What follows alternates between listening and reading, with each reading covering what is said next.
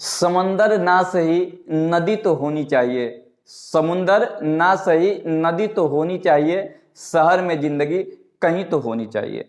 बच्चों इसी कथन के साथ आज का क्लास हम लोग शुरू करने जा रहे हैं। तो नमस्कार साथियों, स्वागत है आप सभी के आपके अपने YouTube चैनल शिवान एकेडमी पे। बच्चों इस वीडियो में हम लोग चर्चा करने जा रहे हैं क्लास 10th के मॉडल पेपर को। ठीक है बच्चों, आज से क्या होगा कि जितने भी आपके सब्जेक्ट है ना, प्रतिदिन हम लोग एक एक मॉडल पेपर लेकर आएंगे। इससे होगा क्या, तो इससे ये होगा कि एक तो आपका एग्जाम बहुत ही करीब है, तो अगर आप ये मॉडल पेपर को आप लोग अपने आप से एक्सेस करोगे, यानी कि अपने आप से इसको आप बनाओगे, यानी पहले क्या होगा कि आप आंसर बताओगे, तब हम उसके बाद अपना आंसर देंगे सॉल्यूशन के साथ। इससे होगा ये कि आप लोग इस वीडियो के माध्यम से ना अपने आप को ना चेक कर पाओगे कि अभी तक आप लोग कितना पढ़ पाए हो बच्चों। ठीक है ना। तो देखिए बच्चों, इस वीडियो में हम लोग चर्चा करने वाले हैं मॉडल पेपर 1 के बारे में। ठीक है ना। यानी इस पूरे में सेशन में आपको 5 मॉडल पेपर कराया जाएगा प्रतिदिन के माध्यम से बच्चों। ठीक है। और ये आप लोग देख लीजिएगा कि अगर इस वीडियो को आप लोग अच्छे तरीके से देख लिए बच्चों, तो एकदम 450 नंबर कहीं नहीं जाने वाला है। यानी कि अभी से लेकर के आपके एग्जाम तक डेली वीडियो अपलोड किया जाएगा बच्चों। डेली वीडियो आप लोग के लिए लेकर आया जाएगा मॉडल पेपर के माध्यम से। ठीक है। और प्रैक्टिस सेट तो कराया ही जा रहा है चैप्टर वाइज। तो अगर आप इस सारे वीडियो को देख रहे हैं तो आपका 450 नंबर कहीं नहीं जाने वाला है, यानी कि आप 400 प्लस नंबर लेकर आओगे। ठीक है। तो बिना समय गंवाए आज का क्लास हम लोग शुरू करते हैं। आज का पहला क्वेश्चन है बच्चों, आज का पहला क्वेश्चन है कि वस्तु का आभासी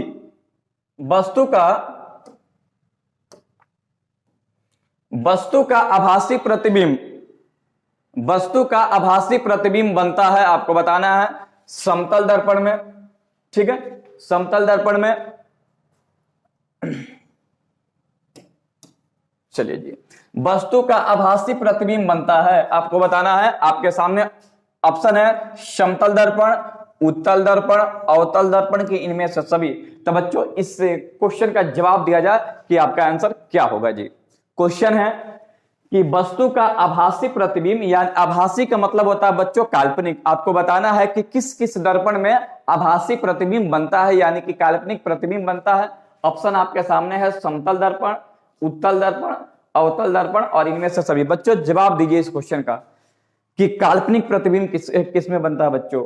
तो इसका आंसर होगा बच्चों इनमें से सभी, यानी कि सभी दर्पण में काल्पनिक प्रतिबिंब बनता है बच्चों। देखिए कैसे, तो आप जानते हो कि समतल में तो हमेशा काल्पनिक बनता है। हमेशा कैसा बनता है जी, काल्पनिक। बच्चों काल्पनिक को ही आभासी कहा जाता है। ठीक है। और उत्तल की बात करें तो बाबू उत्तल में भी याद रखिएगा हमेशा काल्पनिक प्रतिबिंब बनता है। ठीक है। और अवतल की बात करें तो अवतल में काल्पनिक भी बनता है और वास्तविक भी बनता है। ठीक है। आपको याद होगा कि अवतल दर्पण की बात करें तो इसमें 6 केस होता है, जिसमें 5 केस में वास्तविक प्रतिबिंब बनता है, लेकिन 1 केस में काल्पनिक बनता है। जब वस्तु ध्रुव और मुख्य फोकस के बीच वस्तु को रखा जाता है तो काल्पनिक प्रतिबिंब बनता है, यानी कि आभासी बनता है बच्चों। तो याद रखिएगा क्वेश्चन क्या था जी, क्वेश्चन था कि किसमें आभासी प्रतिबिंब बनता है, तो तीनों में बनता है, यानी कि इनमें से सभी, यानी कि पहला का आंसर होगा डी बच्चों। ठीक है ना। तो चलिए पहला का डी। अगला क्वेश्चन देखते हैं। अगला क्वेश्चन है कि डायोप्टर उस लेंस की क्षमता होती है जिसकी फोकस दूरी होती है। आपको बताना है जी। कह रहा है कि डायोप्टर उस लेंस की क्षमता होती है जिसकी फोकस दूरी होती है 1 सेंटीमीटर, 2 मीटर, 2 सेंटीमीटर और 1 मीटर। बताइए बच्चों इसका आंसर क्या होगा। आंसर आपका आ गया होगा। चलिए हम लोग चेक करते हैं इसका। देखिएगा लेंस के पावर का फॉर्मूला होता है P बराबर 100/f। कब, जब फोकस दूरी जो है सेंटीमीटर में दिया रहता है। ठीक है। और एक फॉर्मूला होता है P बराबर 1/f। कब, जब फोकस दूरी जो है मीटर में दिया रहता है। ठीक है ना। तो जब मीटर में देगा तो 1/f होगा, यानी कि 1 मीटर जब होगा ना, चलिए तो मीटर में होता है तो 1/f होता है, सेंटीमीटर में होता है तो 100/f। अब देखो जी ऑप्शन में ये दिया हुआ एक डायोप्टर, और जब इसको हल करते हैं ना तो P बराबर 1/f और डी में आता है। याद रखिएगा लेंस का क्षमता का मात्रक जो है डायोप्टर होता है बच्चों। तो बताइए P का मान 1 कब होगा, तो P बराबर होता है 1/f। तो अगर हम F निकालें तो क्या होगा बच्चों, 1/P होगा। ठीक है, तो 1 का 1 अब P। देखिए कितना डायोप्टर दिया है जी, कह रहा है डायोप्टर उस लेंस की क्षमता होगी जिसकी फोकल दूरी कितनी होती है, एक डायोप्टर मैंने कुछ, तो अगर ये x तो कट जाएगा एक, यानी कि फोकल दूरी कितना होगा, 1 मीटर। ठीक है बच्चों, तो ऐसे भी क्वेश्चन में यहाँ पे लगा देना चाहिए तो और अच्छा रहता। एक डायोप्टर अगर ऐसे लिख कर दिया जाता तो बहुत ही अच्छा हो जाता। तो उस लेंस की कितनी होगी जी फोकल दूरी, किसमें होगी, मीटर में होगी, और कितनी होगी, 1 मीटर होगी बच्चों, यानी इसका आंसर होगा डी होगा जी। ठीक है, अगला क्वेश्चन है, अगला क्वेश्चन देखिएगा, उस लेंस के किसी लेंस के बाहर और उसके उभरे 2 गोलीय पृष्ठ हैं, तो कारक उसे क्या कहते हैं। क्वेश्चन है बच्चों कि किसी लेंस के बाहर की और उभरे 2 गोलीय पृष्ठ है, यानी कह रहा है कि किसी दर्पण में ना 2 गो पृष्ठ है, उभरा हुआ है, यानी ऐसे होगा और क्या होगा, ऐसे होगा। कह रहा है कि उस लेंस को क्या कहेंगे, अवतल लेंस, समतलोत्तल लेंस, उत्तल लेंस की समतलोत्तल अवतल लेंस। बच्चों जवाब दीजिए, इसका जवाब क्या होगा जी, यानी कि कोई लेंस है जिसमें 2 गो उभरा हुआ बाहरी क्या लगा हुआ जी, तो गोलीय पृष्ठ लगा हुआ, तो कह रहा है उस दर्पण को क्या कहते हैं बच्चों। तो बच्चों इसका आंसर होगा सी, उसको उत्तल लेंस कहते हैं। जब उभरा हुआ 2 गो भाग हो ना, बाहर की ओर उभरा हो, तो इसको हम लोग क्या कहते हैं बच्चों, उत्तल कहते हैं जी, यानी इसका आंसर होगा सी। अगला क्वेश्चन देखिएगा, कौन रंग है जिसका खतरे के सिग्नल के रूप में उपयोग किया जाता है, यानी कि क्वेश्चन है कि कौन ऐसा रंग है जिसका उपयोग खतरों के सिग्नल के लिए किया जाता है। नीला रंग, बैगनी रंग, लाल रंग कि पीला रंग। बच्चों जवाब दीजिए, इसका पूछ रहा है कि किस रंग का उपयोग सिग्नल के लिए किया जाता है, कौन सा सिग्नल, तो खतरे का सिग्नल के लिए किया जाता है बच्चों। तो बच्चों आपको बताया गया था कि उसी रंग का प्रयोग खतरों के निशान में किया जाता है सिग्नल के लिए जिसका तरंग दैर्घ्य ज्यादा हो। बच्चों क्या ज्यादा हो जी, तरंग दैर्घ्य ज्यादा हो। ठीक है, तो सभी रंगों में तरंग दैर्घ्य किसका अधिक होता है, तो लाल का तरंग दैर्घ्य अधिक होता है बच्चों, तो इसका आंसर होगा लाल रंग। ठीक है बच्चों, क्या हो जाएगा, लाल।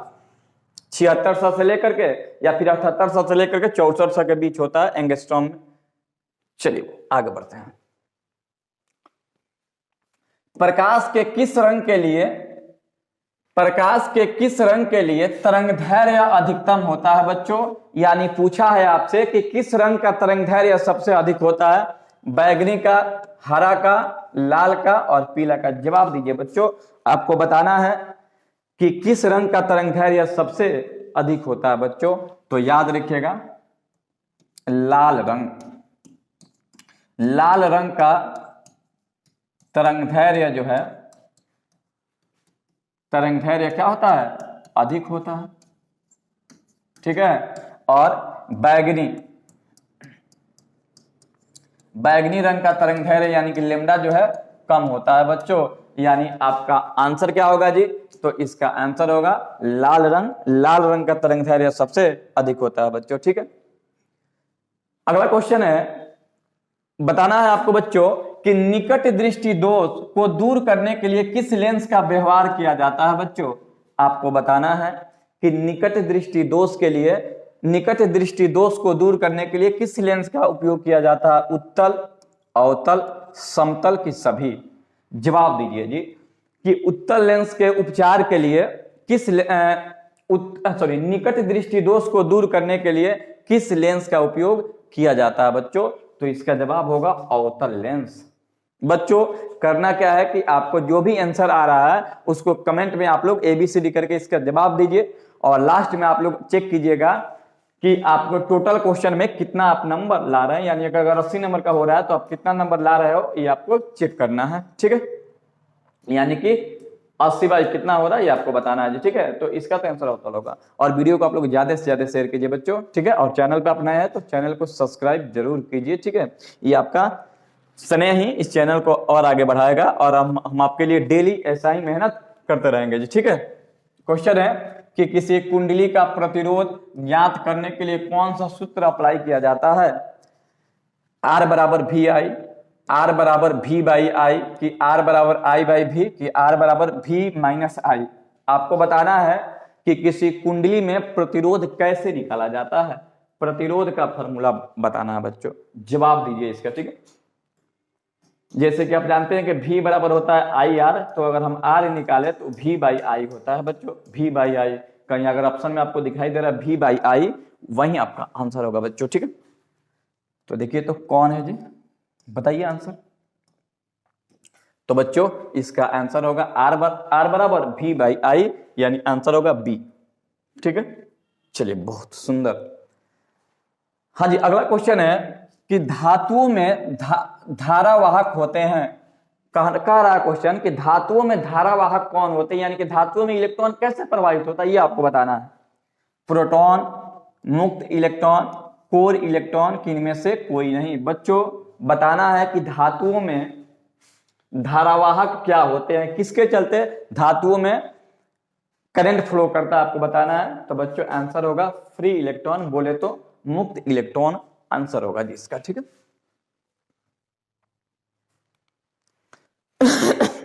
अगला क्वेश्चन है कि परिपथ में विद्युत धारा की माप किससे की जाती है। बच्चों आपको बताना है कि परिपथ में विद्युत धारा की माप किससे की जाती है, इसका जवाब देना। ऑप्शन है वोल्ट मीटर, ए मीटर, गैल्वेनोमीटर, की किसी से, यानी कि सभी से। आपको बताना है कि परिपथ में धारा का माप कैसे किया जाता है, ये आपको जवाब देना है, ठीक है बच्चों।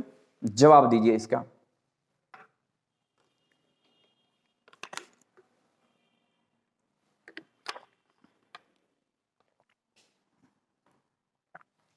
देखिए बच्चों, देखिए धारा का माप ए मीटर, ठीक है, और गैल्वेनोमीटर दोनों से किया जाता है, गैल्वेनोमीटर।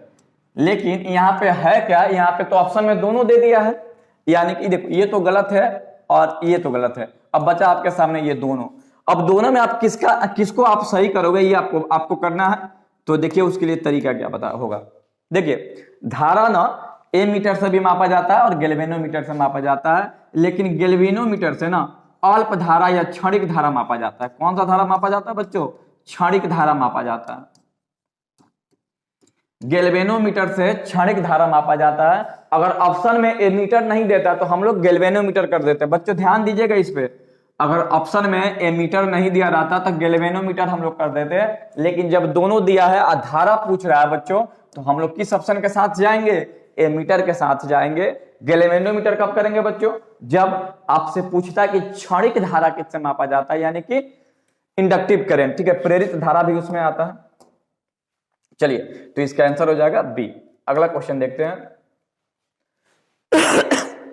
कह रहा है कि विद्युत फ्यूज विद्युत धारा के किस प्रभाव पर कार्य करता है। बच्चों आपको बताना है कि विद्युत धारा किस प्रभाव पर कार्य करता है, ऊष्मीय प्रभाव, चुंबकीय प्रभाव, रासायनिक प्रभाव, की कोई नहीं।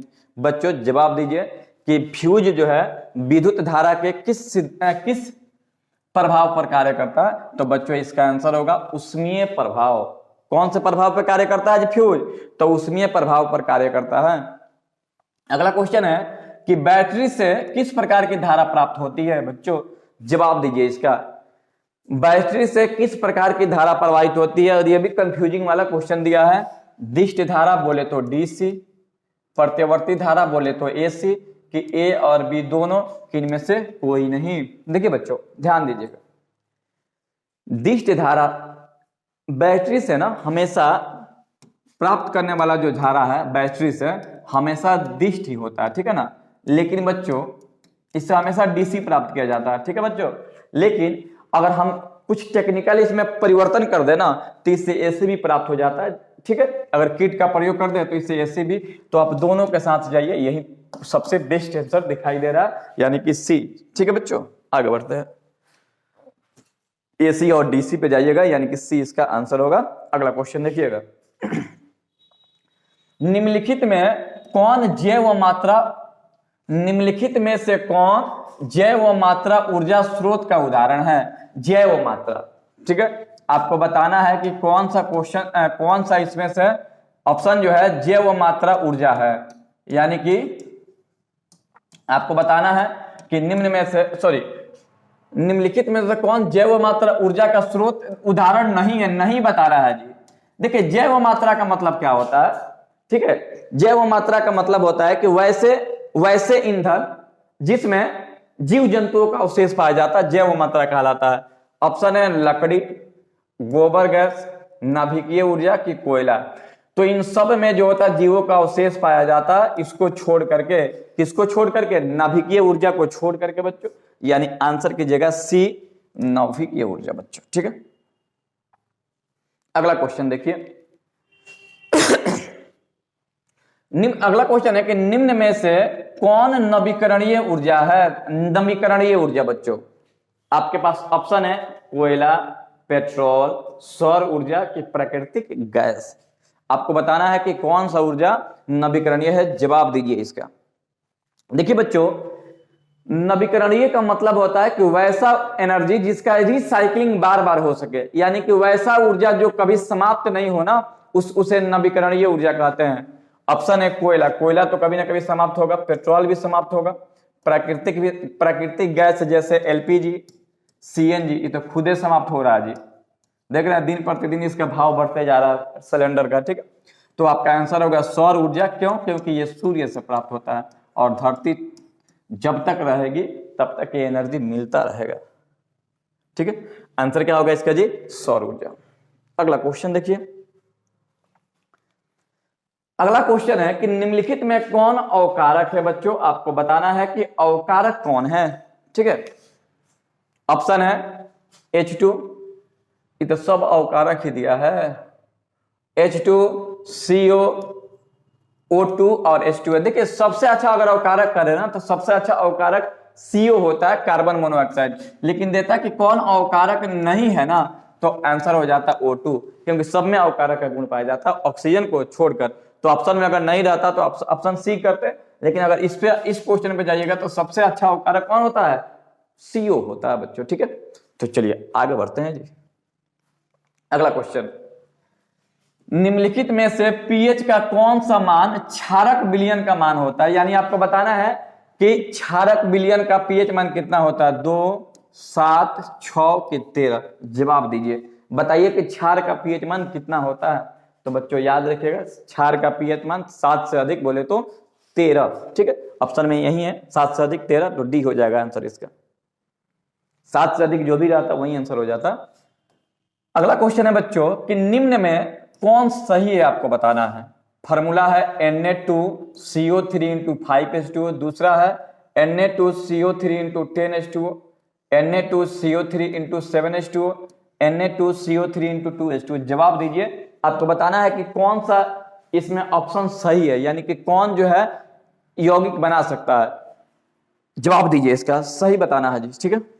तो बच्चों आपका आंसर होगा बी, Na2CO3, इसका नाम है सोडियम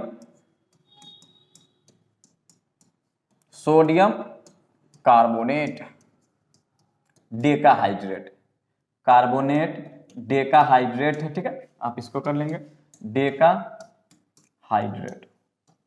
इसका रासायनिक नाम हो गया। और इसका कॉमन नाम क्या होता है, तो धोवन सोडा इसको बोलते हैं, धोवन सोडा, ठीक है बच्चों। इसको धोबिया सोडा भी बोला जाता है, ये भी याद रखिएगा। चलिए, देहात में इसको ना सब्जी कहा जाता है बच्चों। क्या कहा जाता है? सब्जी। सब्जी मत कर दीजिएगा, सब्जी है, ठीक है। देहात में इसको सब्जी के नाम से जाना जाता है जी, ठीक है। ऑप्शन इसका क्या होगा? बी इसका आंसर होगा।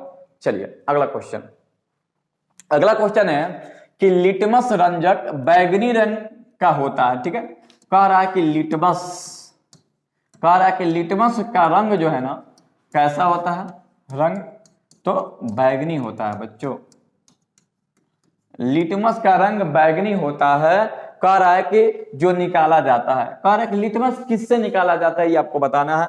लाइकेन से, कि लाल पत्ता गोभी से, कि हल्दी से, कि पेटूनिया फूल से। बताइए बच्चों, लिटमस रंजक किससे प्राप्त होता है, यानी कि लिटमस प्राप्त कैसे किया जाता है, जवाब देना है आपको जी, ठीक है।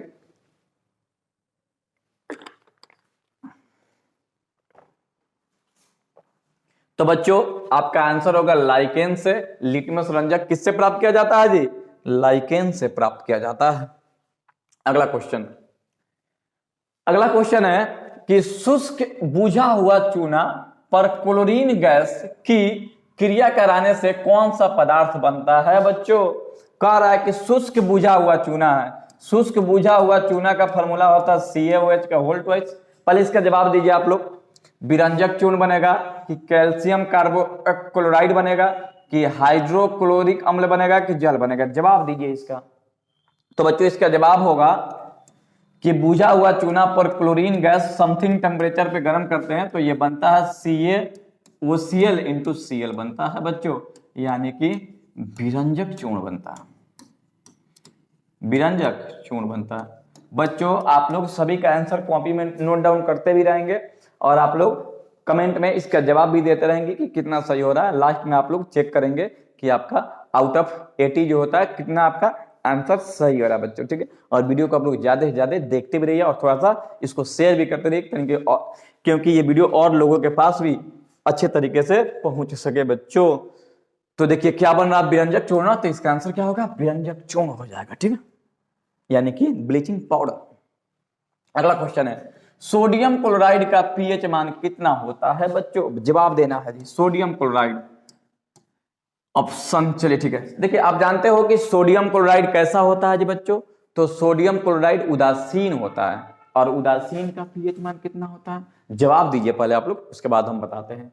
उदासीन का पीएच मान होता है 7। ये जितने भी आप क्वेश्चन देख रहे हैं बच्चों ना, ये सब कहीं ना कहीं जो होता है, जो आपको प्रैक्टिस सेट हम कराए हैं चैप्टर वाइज ना, उस सब में ये मैच करता है। तो बच्चों सबसे पहले चैप्टर वाइज जो ऑब्जेक्टिव बताए हुए हैं उसको आप लोग देखिए जरूर, क्योंकि जब आप लोग कंटिन्यूअस वीडियो देखिएगा ना तो आपका 400 प्लस कहीं नहीं जाने वाला है, 400 प्लस आप नंबर लाएंगे ही लाएंगे, ठीक है। और आजकल का एग्जाम का पैटर्न तो आप देख ही रहे हैं, इतना आसान क्या ही कहा जाए, ठीक है, बहुत ही आसान हो गया आपका एग्जाम।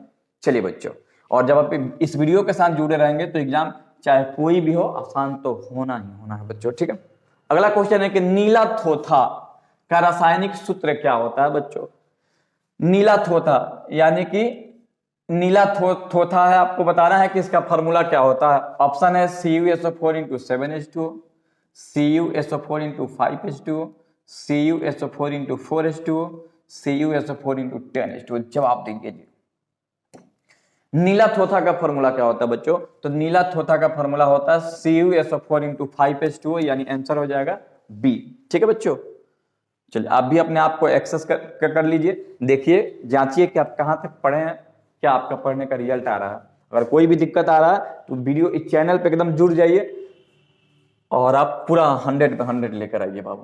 कह रहा है कि जब सोडियम हाइड्रोक्लोराइड जिंक से अभिक्रिया करता है तो कौन सा उत्पाद बनाता है बच्चों। इस क्वेश्चन को कई बार करा चुके हैं अपने प्रैक्टिस सेशन में, अब ध्यान से देखिए इस क्वेश्चन को, यही नहीं जितना भी क्वेश्चन आप इसके पहले भी देखो सब तो कराया ही जा चुका है बच्चों, तो एकदम बाबू उसको भी देखिए और ये प्रैक्टिस तो डेली करते रहिए आप लोग ताकि मजा आ जाए एकदम।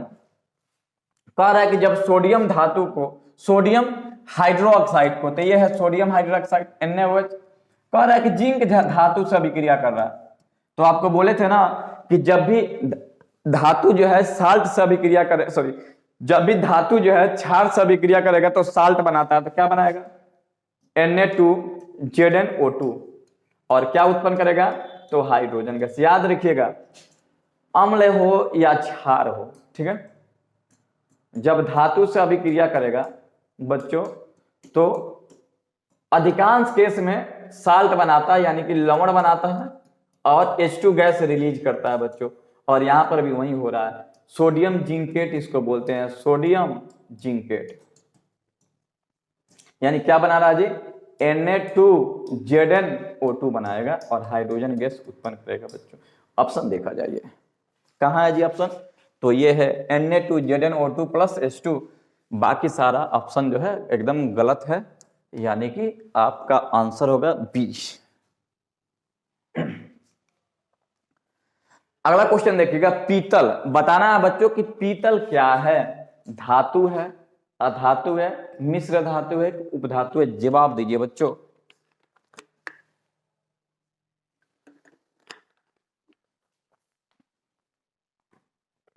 जवाब दिया जाए। आपको बताना है कि पीतल क्या है बच्चों, पीतल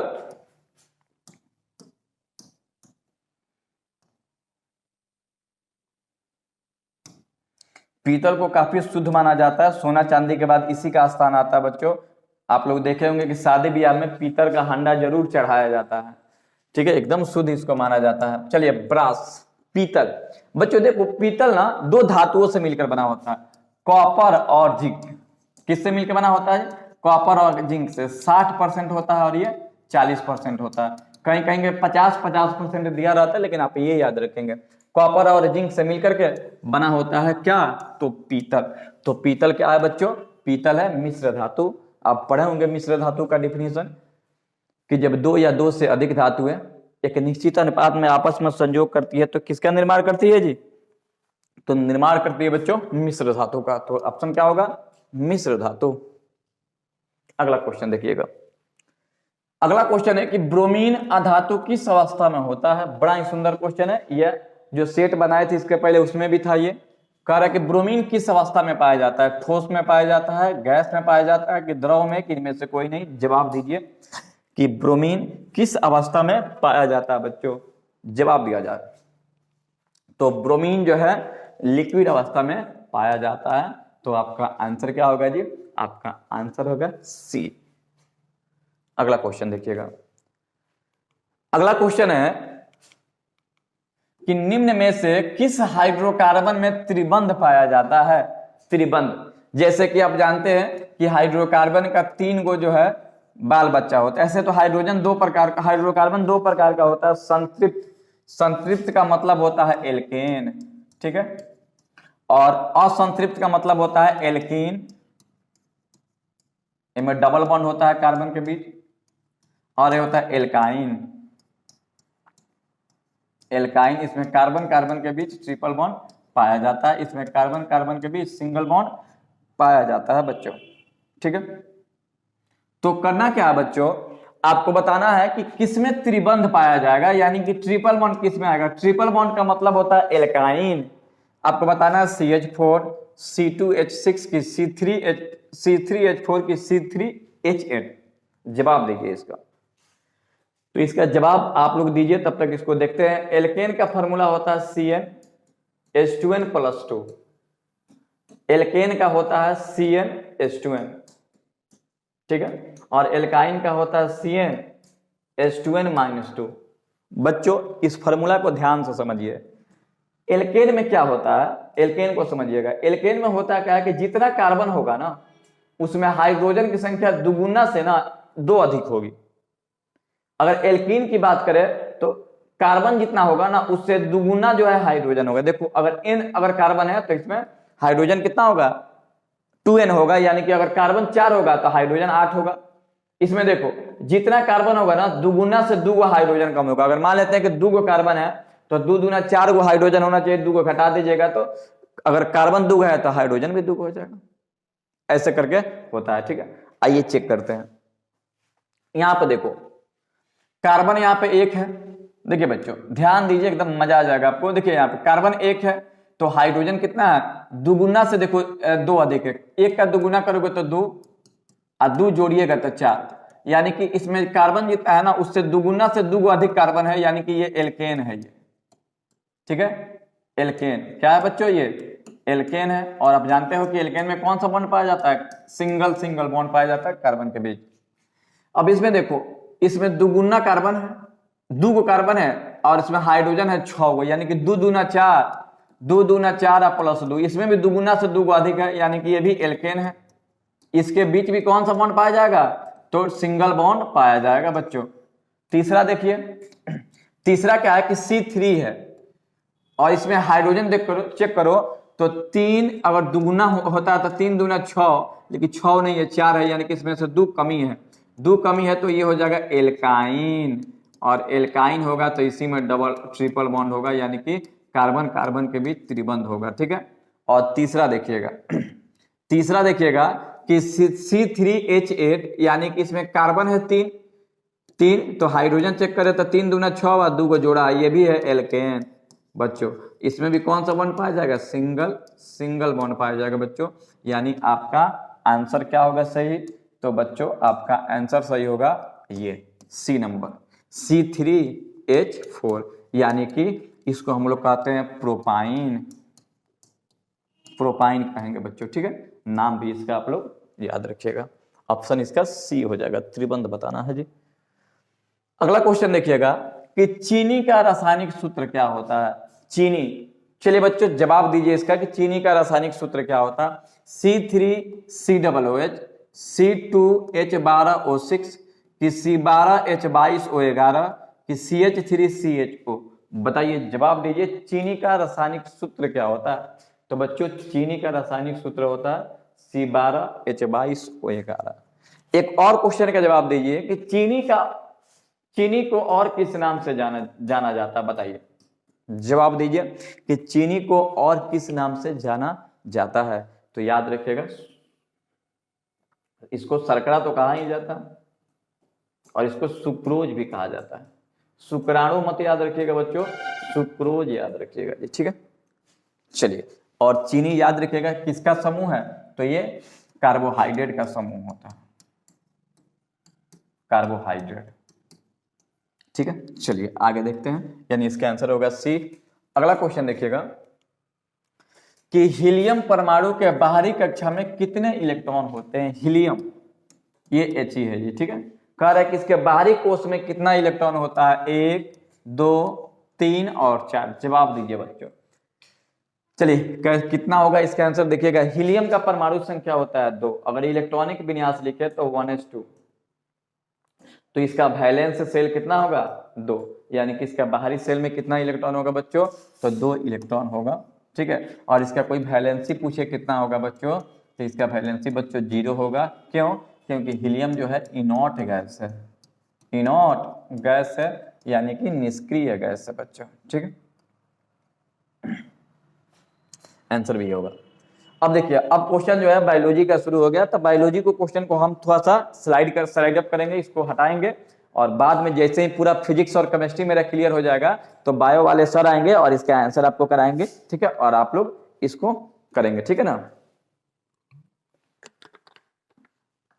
तो पहले हम लोग क्या करते हैं बच्चों, पहले हम लोग जितना भी केमिस्ट्री वाला क्वेश्चन है, केमिस्ट्री और फिजिक्स वाला, उन सबको देख लेते हैं, ठीक है। उसके बाद से आपको हम आगे बढ़ाएंगे। क्या हो गया इसमें, चलिए जी।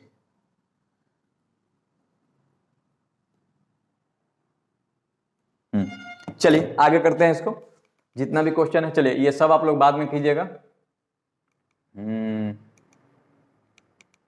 ये भी बायो का है। चलिए बायो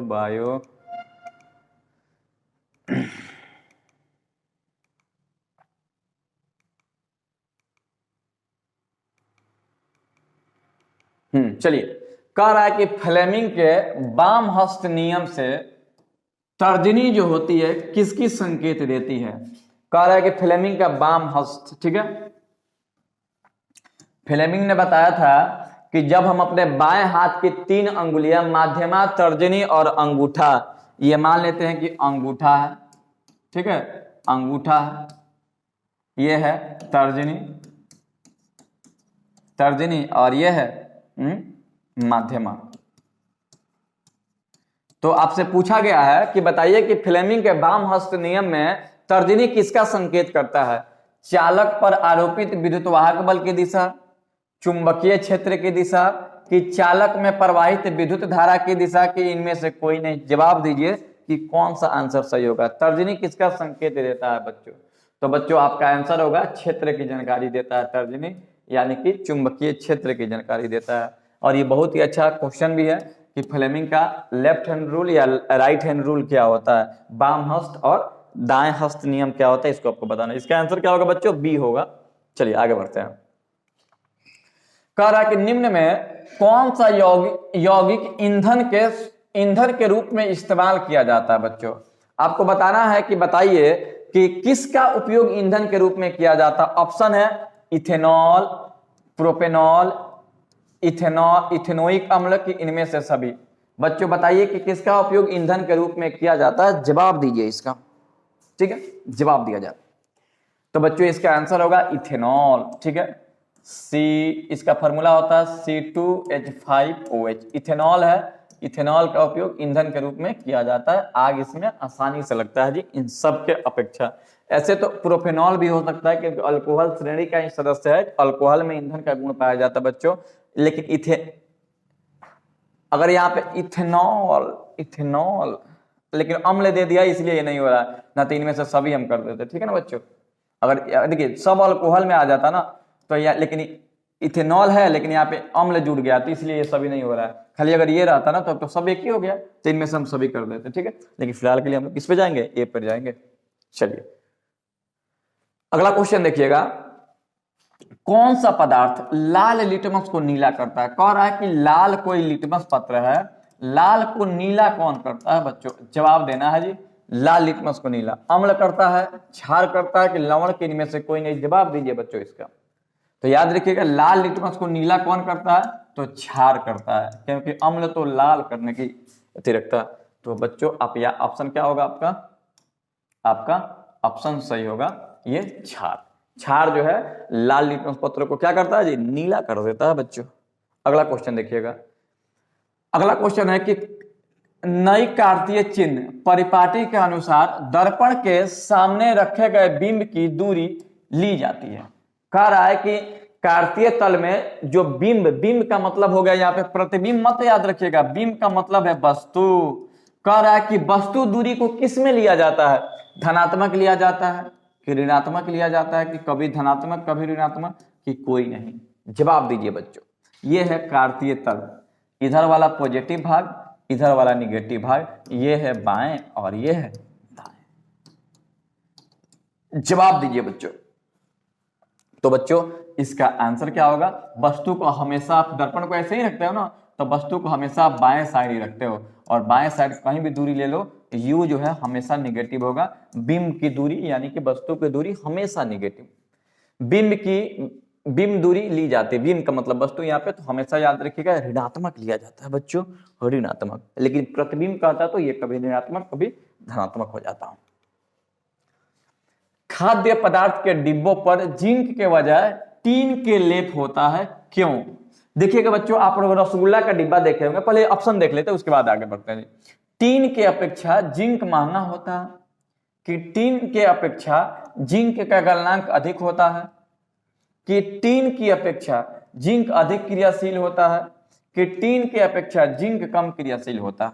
आपको जवाब देना है कि बताइए कि किसी खाद्य पदार्थ का डिब्बा जो है ना, उस पे जिंक का लेयर ना चढ़ा करके, जिंक का परत ना चढ़ाकर टीन का लेप चढ़ाया जाता है, क्यों।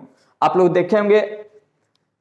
देखे होंगे रसगुल्ला का डब्बा, आप अंदर देखिएगा तो उसमें व्हाइट कलर का एक लेयर होता है, व्हाइट कलर का लेयर होता है। तो कह रहा है कि जिंक का ना चढ़ाकर टीन का क्यों चढ़ाते हैं। तो बच्चों बताओ, अगर हम, ठीक है, जिंक और यहाँ पे है ये टीन है जी, ओहो जिंक और टीन, ये टीन है और ये जिंक है। तो बच्चों देखो, अगर मान लेते हैं कि मिठाई के डब्बा में अगर ऐसा लेयर चढ़ा दें जो किसी ऐसे धातु का लेयर चढ़ा दे जो क्रियाशील हो, तो खाद्य पदार्थ से अभिक्रिया ही कर लेगा और खाद्य पदार्थ को खराब कर देगा। तो उसमें कम क्रियाशील धातु का लेयर चढ़ाया जाता है, जैसे जिंक का, क्योंकि जिंक जो होता है जिंक की अपेक्षा कम क्रियाशील होता है। ये कम या अधिक का साइन हो गया, ऐसे हो जाएगा, कम क्रियाशील है जी जिंक, ठीक है, इसीलिए। तो टीन की अपेक्षा जिंक कम क्रियाशील होता है, ये गलत है। टीन की अपेक्षा जिंक अधिक क्रियाशील होता है बच्चों, इसीलिए टीन का परत चढ़ाया जाता है। बड़ा ही अच्छा ऑप्शन दिया हुआ घुमा करके, टीन की अपेक्षा जिंक अधिक क्रियाशील होता है, अधिक क्रियाशील होगा तो फिर उसको हम नहीं चढ़ाएंगे जी परत उसका, ठीक है, यानी ऑप्शन सही होगा सी। अगला क्वेश्चन देखिएगा, और ये बायो का क्वेश्चन संवेदी नहीं है, कौन सा हटाइए इसको, बायो वाला सर देखें। हाँ जी, अगला क्वेश्चन देखिए, समानांतर क्रम में संयोजित प्रतिरोधों की संख्या घटाने के उपरांत संयोजित प्रतिरोधों की कुल प्रतिरोध होगी। क्वेश्चन सुनिएगा, बड़ा ही सुंदर क्वेश्चन है। क्वेश्चन है कि समानांतर क्रम में संयोजित प्रतिरोधों की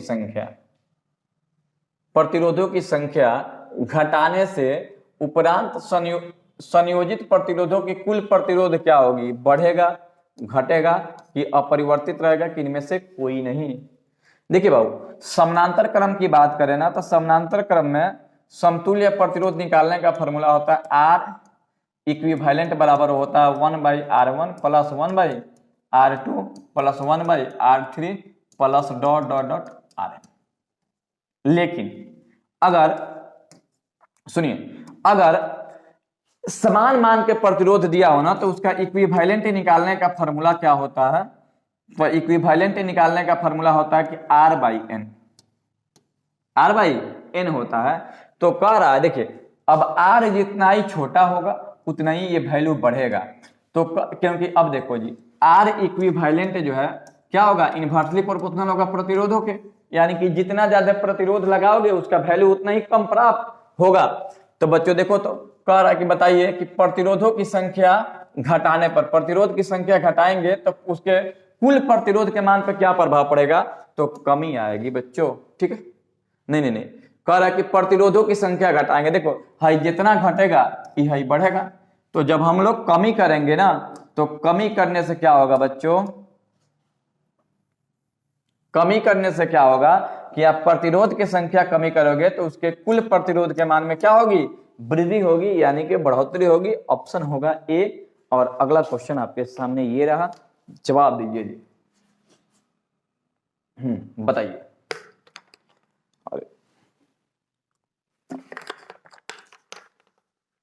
हाँ जी, फिर बायो का क्वेश्चन आ गया, आगे बढ़ते हैं। हाँ जी, अगला क्वेश्चन है कि निम्नलिखित में से उत्तम ऊर्जा स्रोत कौन सा है? उत्तम ऊर्जा बताना है। देखिएगा, उत्तम ऊर्जा का विशेषता क्या होता है?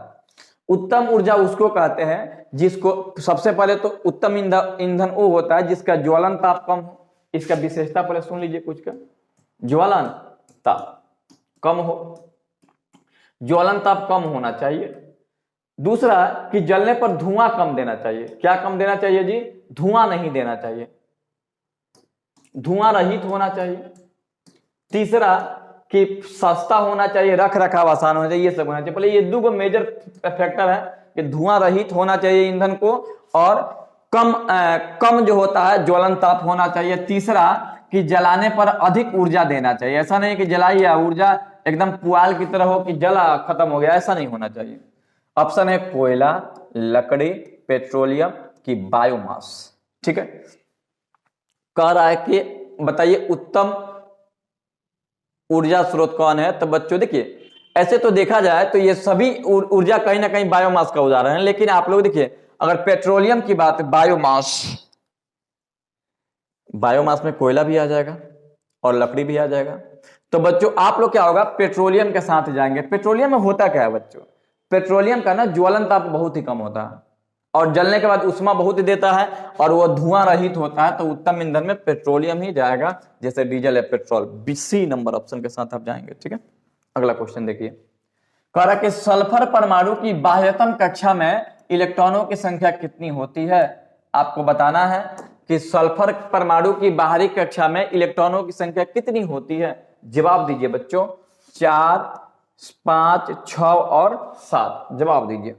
जैसे सल्फर की बात करें तो सल्फर जो है ना ग्रुप 16 का तत्व है, और ग्रुप 16 के तत्वों का वैलेंस इलेक्ट्रॉन 6 होता है बच्चों। और आइए निकाल कर दिखा भी देते हैं। सल्फर का परमाणु संख्या 16, इलेक्ट्रॉनिक विन्यास लिखेंगे तो 1s2, 2s2, 2p, 6, 3s2 और 3p, 4। पहला सेल में 2 गो, दूसरा सेल में 8 गो और तीसरा सेल में 6 गो। यानी बच्चों आंसर क्या होगा? सी होगा। और आपका भी सी आया होगा। अगला क्वेश्चन देखिएगा। अगला क्वेश्चन तो ये बायो का है, बायो जाए। हाँ जी, आपको बताना है कि निम्नलिखित में से कौन सा असंतृप्त हाइड्रोकार्बन है। जवाब दीजिए, CH4, C2H6, C2H4। जवाब दीजिए बच्चों। आपको बताया था बच्चों कि असंतृप्त का 2 पार्ट होता है, एक होता है एल्कीन और एक होता है एल्काइन, ठीक है। एल्काइन का फॉर्मूला होता है CnH2n-2 और एल्कीन का होता है CnH2n+2 होता है बच्चों, ठीक है। सॉरी, CnH2n होता है, CnH2n होता है। तो बच्चों कह रहा है कि बताइए असंतृप्त कौन है। तो देखो, ये नहीं होगा क्योंकि ये तो एल्केन हो जाएगा, ये नहीं होगा, ये भी एल्केन है। ऑप्शन हो जाएगा सी, ये है एल्कीन। और एल्कीन में डबल बॉन्ड पाया जाता है, जिसमें डबल बॉन्ड पाया जाए, ठीक है, कार्बन कार्बन के बीच, या ट्रिपल बॉन्ड पाया जाए तो बच्चों वो क्या होता है, संतृप्त होता है, ठीक है, सॉरी असंतृप्त होता है। आंसर होगा सी। अगला क्वेश्चन देखिएगा। अगला क्वेश्चन है बच्चों कि निम्नलिखित में से किस लेंस की फोकस दूरी धनात्मक होती है, जवाब देना है आपको बच्चों। ऑप्शन आपके सामने है, अवतल लेंस, उत्तल लेंस की समतल और अवतल लेंस, इनमें से कोई नहीं। तो समतल लेंस होता ही नहीं, ये तो गलत है। आपको अब अवतल और उत्तल में बताना है। जवाब दीजिए कि किस लेंस की फोकस दूरी यानी कि एफ का मान जो है क्या होता है, पॉजिटिव होता है बच्चों। जवाब दीजिए। तो आंसर होगा उत्तल लेंस। अवतल का तो निगेटिव होता है, देखो कैसे। अवतल में ना ये रिफ्लेक्ट होकर सब यहीं पे आ जाता है एफ के पास, ठीक है। तो इधर का एफ निगेटिव है, बाएं साइड है ना, निगेटिव हो जाएगा बच्चों। तो उत्तल में सब उधर होता है, उत्तल वाला ऐसे होता है। वस्तु तो आप इधर से रखते हो, लेकिन प्रतिबिंब जब ये कट के जाता है तो एफ से ही टकराता है और इधर वाला सब भाग क्या होता है, पॉजिटिव होता है बच्चों। तो याद रखिएगा उत्तल का फोकस दूरी हमेशा पॉजिटिव होता है उत्तल लेंस की। आंसर होगा बी। अगला क्वेश्चन देखिएगा। अगला क्वेश्चन है कि किस लेंस का उपयोग दीर्घ दृष्टि दोष के संशोधन में किया जाता है, यानी कि दीर्घ दृष्टि के उपचार के लिए किसका उपयोग किया जाता है, अवतल लेंस, उत्तल लेंस, कभी अवतल लेंस कभी उत्तल लेंस की बेलनाकार लेंस। बताइए दीर्घ दृष्टि दोष के लिए किस लेंस का प्रयोग किया जाता है। तो बच्चों आंसर होगा उत्तल लेंस, यानी कि आंसर होगा उत्तल लेंस। चलिए अगला क्वेश्चन देखते हैं। अगला क्वेश्चन, विद्युत ऊर्जा का व्यावहारिक मात्रक क्या होता है, यानी आपको बताना है कि ऊर्जा का मात्रक क्या होता है। तो बच्चों याद रखिएगा, जवाब दीजिए पहले आप लोग, उसके बाद हम देते हैं वाट, वाट प्रति घंटा की यूनिट की इनमें से कोई नहीं।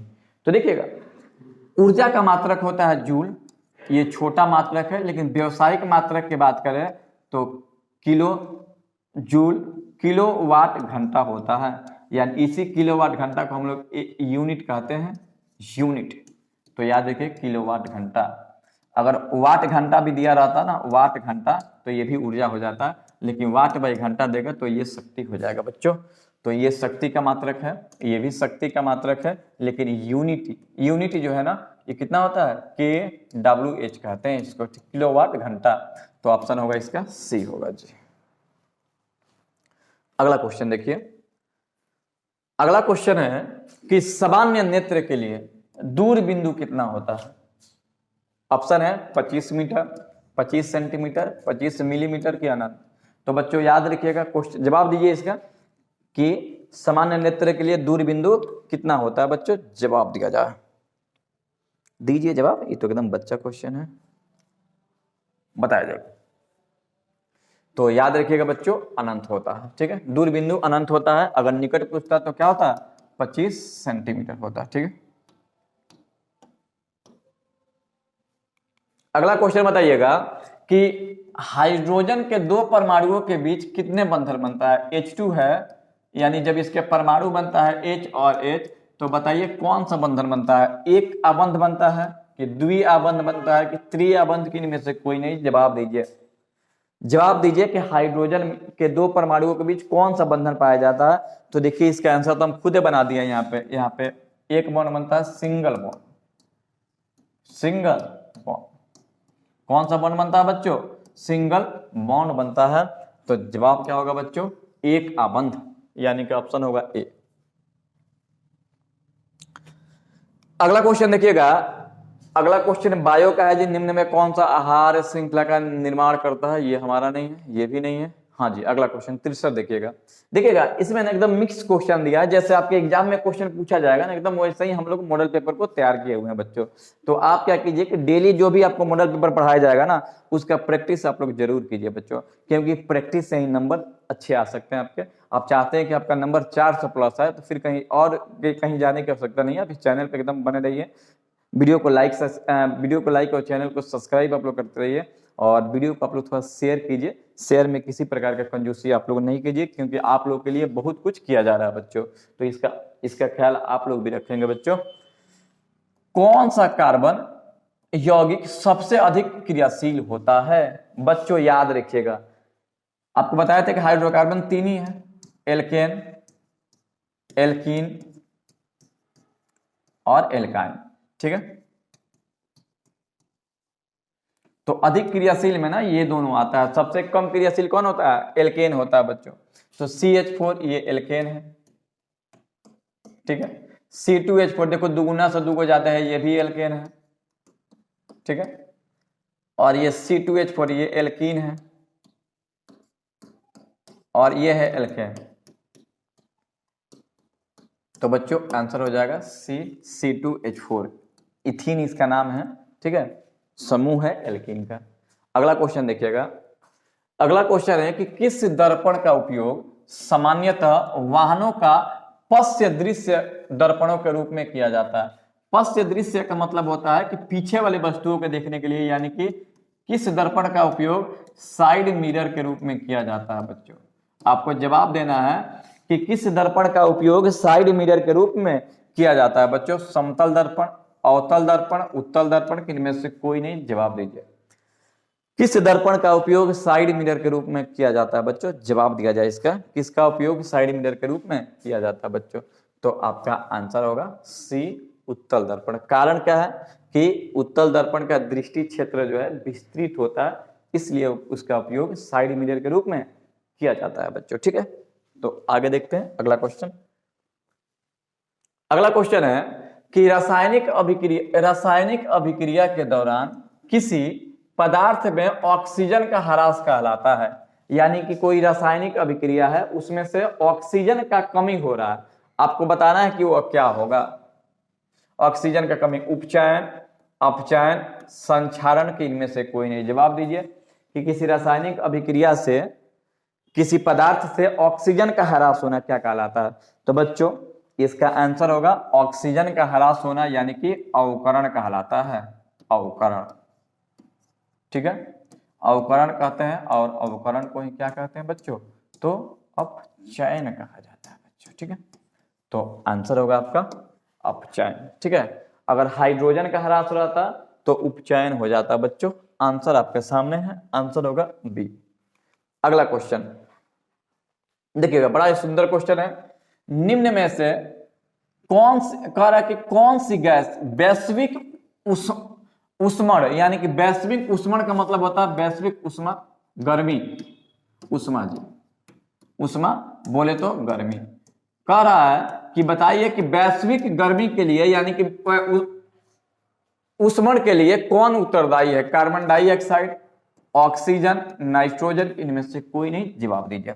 वैश्विक ऊष्मण का मतलब होता है कि ग्लोबल वार्मिंग, ग्रीन हाउस प्रभाव, इसको ग्रीन हाउस प्रभाव कहते हैं बच्चों, ग्रीन हाउस प्रभाव। तो बताइए कि किस गैस के कारण ये होता है।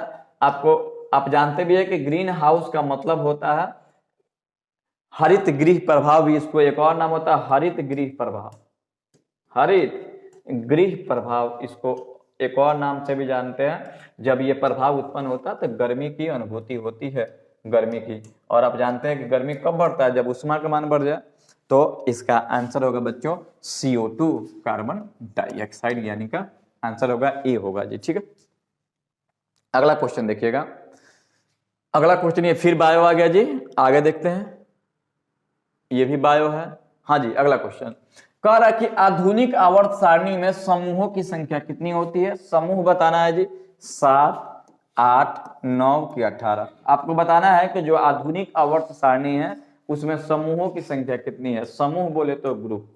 तो बच्चों आधुनिक आवर्त सारणी में टोटल समूह की बात करें तो समूह कितना है जी, 18 है बच्चों, ठीक है ना। अगर आपसे पूछता बाबू कि बताइए आधुनिक आवर्त सारणी किसने दिया था, तो आधुनिक आवर्त सारणी का जन्मदाता कौन है, तो जवाब क्या होना चाहिए था, मोसले, ठीक है बच्चों। इसको भी आप लोग याद रखेंगे, हो सकता है कि आने वाले प्रैक्टिस सेट में ये आपको दिखाई दे दे। तो बच्चों इसका आंसर क्या होगा, डी होगा, 18 होगा जी, ठीक है। अगला क्वेश्चन देखिएगा। कह रहा है कि ग्लूकोज के एक ऑक्सीजन में ऑक्सीजन के कितने परमाणु होते हैं। आपको बताना है बच्चों कि ग्लूकोज के एक अणु में ऑक्सीजन के कितने परमाणु होते हैं। ऑप्शन है 4, 6, 8 की 12। जवाब दीजिए इसका कितना होना चाहिए आंसर। तो सबसे पहले ग्लूकोज का फॉर्मूला देखें, ग्लूकोज का बच्चों, तो ग्लूकोज का फॉर्मूला क्या होता है जी, तो ग्लूकोज का फॉर्मूला होता है C6H12O6। तो देखो इसमें कार्बन है 6 गो, हाइड्रोजन है 12 गो और ऑक्सीजन है कितना 6 गो। तो आपसे पूछा है कि ऑक्सीजन कितना होगा, तो ऑक्सीजन कितना होगा बच्चों 6 होगा जी। ठीक है, आगे क्वेश्चन देखिए, ऑप्शन होगा इसका बी। अगला क्वेश्चन है कि शुद्ध जल का पीएच मान कितना होता है, बताया जाए शुद्ध जल का पीएच मान कितना होता है बच्चों।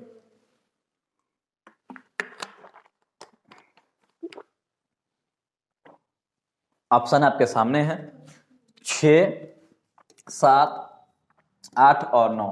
तो बच्चों शुद्ध जल का पीएच मान कितना होता है 7 होता है। ठीक है, अगला क्वेश्चन देखिएगा कह रहा है कि किस वर्ण का मतलब रंग का तरंग धैर्य सबसे अधिक होता है। ये क्वेश्चन शुरू में भी मिला था जी, किस वर्ण का तरंग धैर्य सबसे अधिक होता है। ऑप्शन है लाल, नीला, पीला की बैगनी। तो बच्चों याद रखिएगा, अगर तरंग धैर्य की बात करें तो सबसे अधिक होता है लाल का और सबसे कम होता है नीला का, सॉरी नीला का नहीं बैगनी का। तो बच्चों आपका आंसर होगा ए, सबसे अधिक होगा लाल और सबसे कम कहता तो बैगनी हो जाता। अगला क्वेश्चन, चलिए जी, तो इसी के साथ आपका टोटल जो है इस सेट में 72 ही क्वेश्चन था। तो बच्चों अभी जो है आपका फिजिक्स और केमिस्ट्री का एमसीक्यू क्लियर हुआ है, अभी आपको कहीं जाना नहीं है। अब इसके बाद आपको जितना भी बायो का क्वेश्चन छूट गया वो बायो के सर द्वारा आप देखिए कि उसका आंसर क्या होगा, सोल्यूशन उसका कैसे किया जाएगा। और लास्ट में आप कमेंट में जवाब जरूर दीजिएगा कि आउट ऑफ 72 आप कितना नंबर लाए हैं। ठीक है, तो इस वीडियो में मेरे द्वारा इतना ही।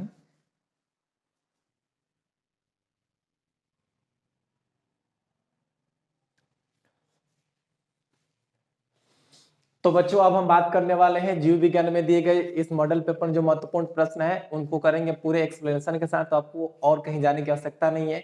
चलिए हम लोग प्रश्न को देखते हैं। तो आपका जो प्रश्न है आपके सामने,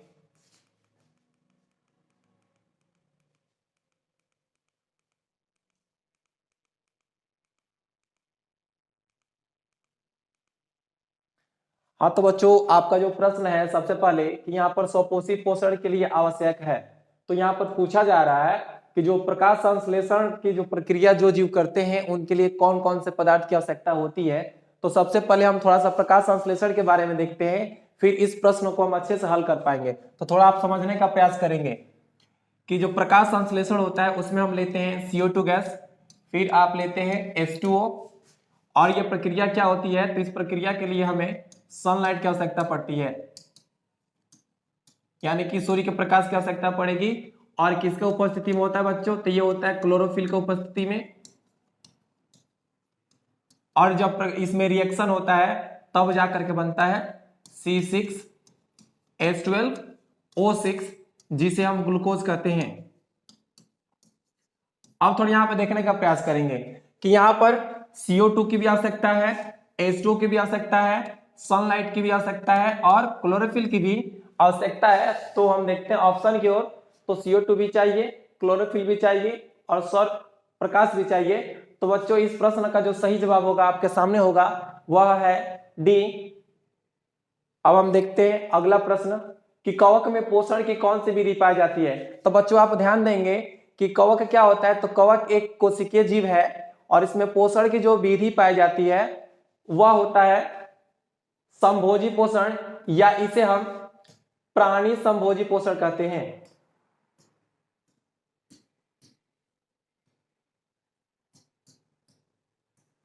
क्या कहेंगे बच्चों, प्राणी संभोजी पोषण।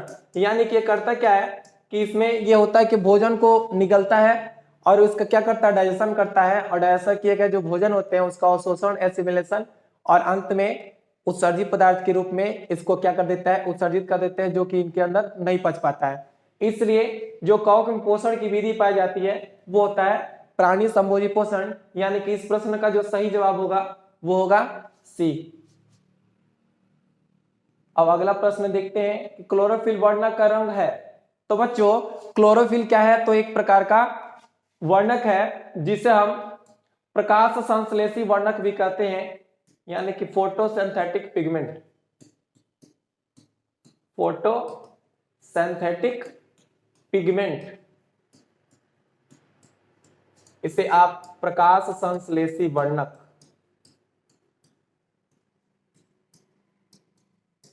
संश्लेषी वर्णक।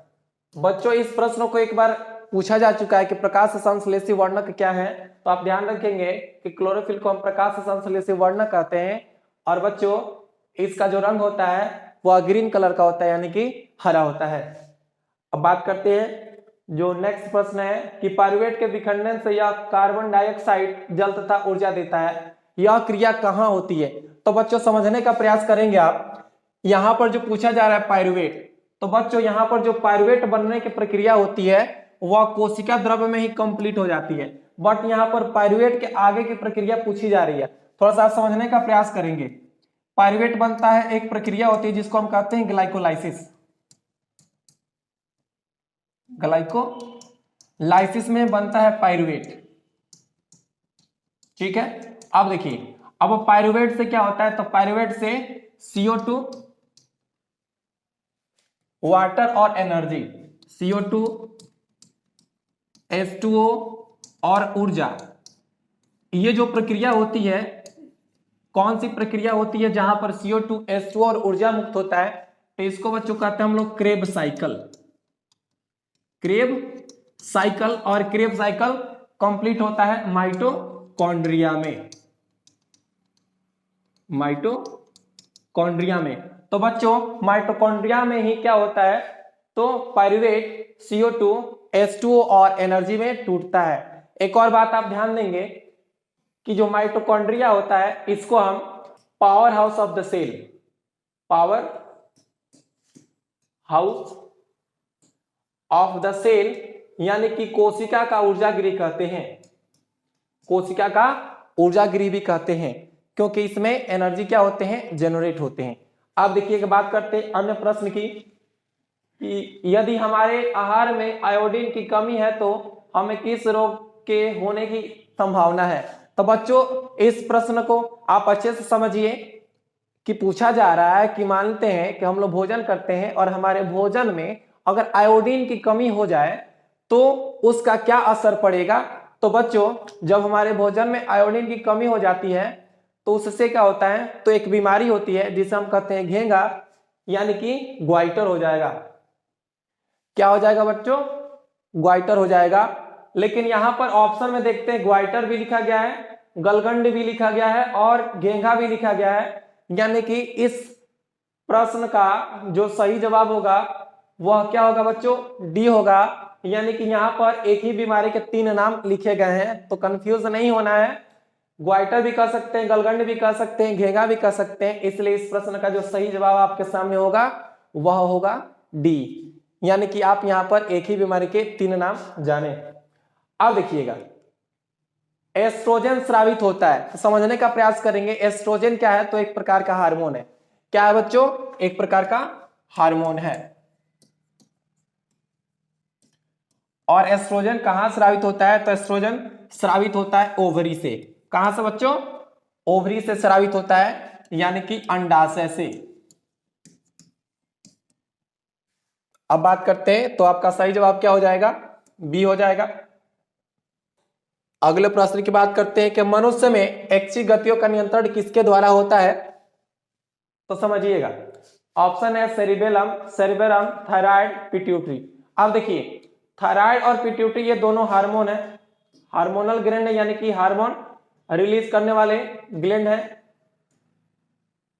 अब यहाँ पे 2 ऑप्शन आपके सामने है, सेरिबेलम और सेरेब्रम। तो समझिएगा जो सेरिबेलम होता है ये करता क्या है, तो हमारे शरीर का जो बैलेंस है इसको बनाए रखता है। जैसे आपने देखा होगा कि कोई व्यक्ति क्या करता है, जब शराब पी लेता है तो उसके शरीर का बैलेंस ही बिगड़ जाता है।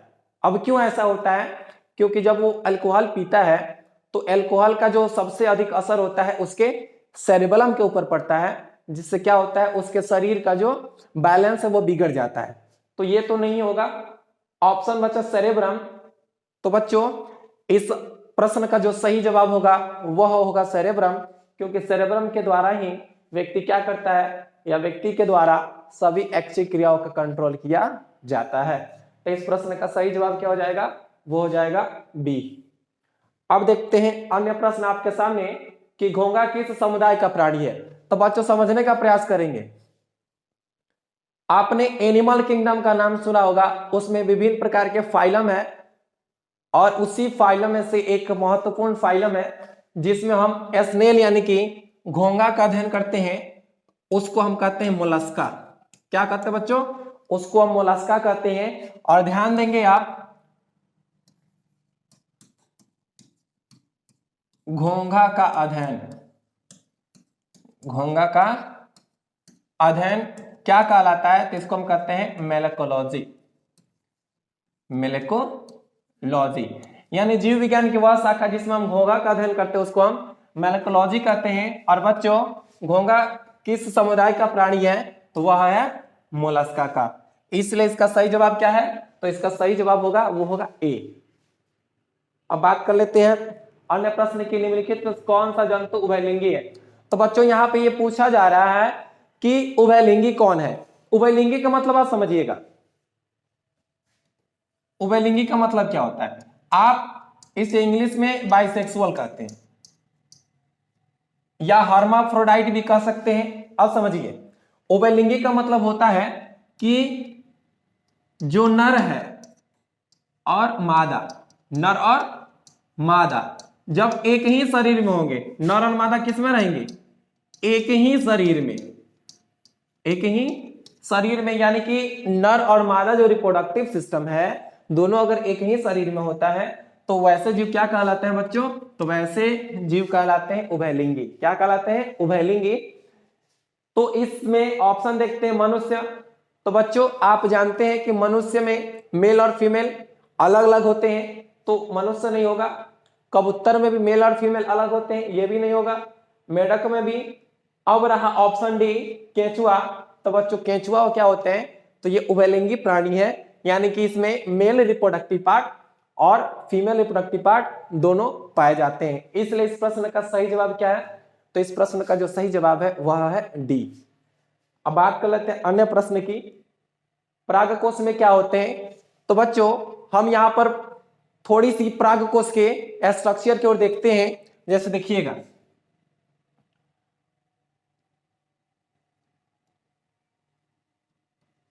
यहां पर हम एक फ्लावर का डायग्राम देखते हैं।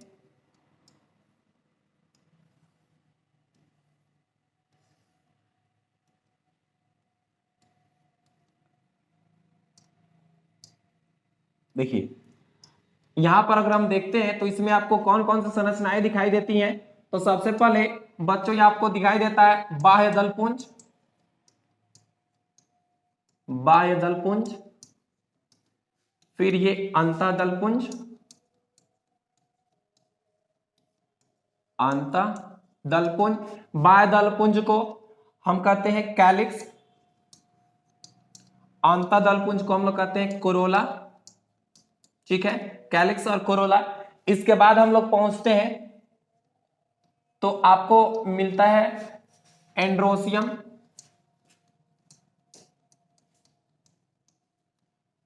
क्या मिलेगा बच्चों? एंड्रोसियम, जिसको हम कहते हैं पुमंग।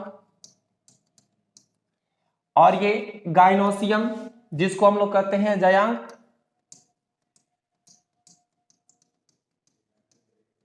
क्या कहेंगे बच्चों? गाइनोसियम कहेंगे। गाइनोसियम को हम हिंदी में कहते हैं जयांग। अब देखिएगा, एंडोसियम मतलब पुमंग, गाइनोसियम मतलब जयांग। अगर हम गाइनोसियम के एक इकाई की बात करेंगे, हाँ बच्चों एक इकाई की बात करेंगे, अगर हम इसके इकाई की बात करते हैं तो इसके इकाई को हम लोग कहते हैं क्या? कार्पल या पिस्टिल। कार्पल या पिस्टिल कहेंगे, या तो आप इसे कार्पल कहिए या तो इसे पिस्टिल कहिए। और इसका जो हिंदी होता है वो होता है स्त्री केसर, स्त्री केसर। बच्चों यहां पर इस एक्सप्लेनेशन से आपके बहुत सारे प्रश्न क्लियर होने वाले हैं, तो आपको डरने की आवश्यकता नहीं है। सर इतने एक्सप्लेन करके बता रहे हैं, आप क्लास में बने रहिए और इस एक्सप्लेनेशन से बहुत सारे प्रश्नों को आप क्या कर पाएंगे? हल कर पाएंगे। देखिए तो कार्पल या पिस्टिल को हम कहते हैं स्त्री केसर। अब जो यहां पर एंड्रोसियम है, इसका जो इकाई होता है, इसके इकाई को हम कहते हैं एस्टामन। क्या कहते हैं बच्चों? एस्टामन कहते हैं। और इसे हम लोग कहते हैं पुंकेसर। पुंकेसर। तो बच्चों यहाँ पे हमने देख लिया कि क्या है, तो पुष्प में आपको मुख्य रूप से 4 हिस्से दिखाई दे रहे हैं, बाह्यदल पुंज, अंतःदल पुंज, फिर है एंड्रोसियम और फिर है गाइनोसियम। एक बात आपको बता दें, आप ध्यान देंगे कि जो बाह्यदल पुंज है और ये अंतःदल पुंज है, इनका प्रजनन की क्रिया में कोई रोल नहीं होता है, कोई भूमिका नहीं होती है। बस ये क्या होते हैं, एक प्रकार से एसेसरी ऑर्गन की तरह कार्य करते हैं। कहने का मतलब यही हुआ कि जब जो फ्लावर होता है बर्ड कंडीशन में यानी कि कली के रूप में रहता है, तब इसको क्या करता है, तो प्रोटेक्ट करने का काम करते हैं। इसके अलावा इनका और कोई कार्य नहीं है। यानी कि जब देखिए क्या होता है, जब इसमें निषेचन की प्रक्रिया हो जाती है, तब ये क्या होते हैं, जो बाह्य दलपुंज है और जो अंतःदल पुंज है, ये सूख करके गिर जाते हैं और आगे की जो कुछ संरचनाएं हैं जैसे कि ओवरी है, ये बच जाते हैं। थोड़ा सा आप समझने का प्रयास करेंगे। देखिए, तो प्रश्न आपका यही था कि परागकोश में होते हैं। अब थोड़ा सा हम लोग देखते हैं यहाँ पर कि जो परागकोश ये आपके पुंकेसर से संबंधित है। तो अब हम यहाँ पर पुंकेसर के डायग्राम को देखते हैं बच्चों। देखिएगा, अगर हम पुंकेसर के डायग्राम की बात करें तो पुंकेसर का जो डायग्राम है कुछ इस प्रकार का है। इसको हम कहते हैं फिलामेंट। क्या कहते हैं बच्चों, फिलामेंट यानी कि तंतु कहा जाता है। इसको हम लोग कहते हैं पोलन सेक, पोलन सेक, परागकोश, परागकोश। ओके, और प्रश्न है कि परागकोश में होते हैं। अब इसको हम काटेंगे बच्चों, इसको हम काटेंगे तो क्या दिखेंगे, तो आप देखिए, इसको हम काटते हैं। इसको जब हम काटेंगे तो आपको कुछ इस प्रकार का डायग्राम दिखेगा। ठीक है बच्चों, कुछ इस प्रकार का आपको डायग्राम देखने मिलता है। ये अब ये जो आपको 4 हिस्से दिख रहा है ना, इसको हम लोग कहते हैं माइक्रोस्पोरेंजियम, माइक्रोस्पोरेंजियम।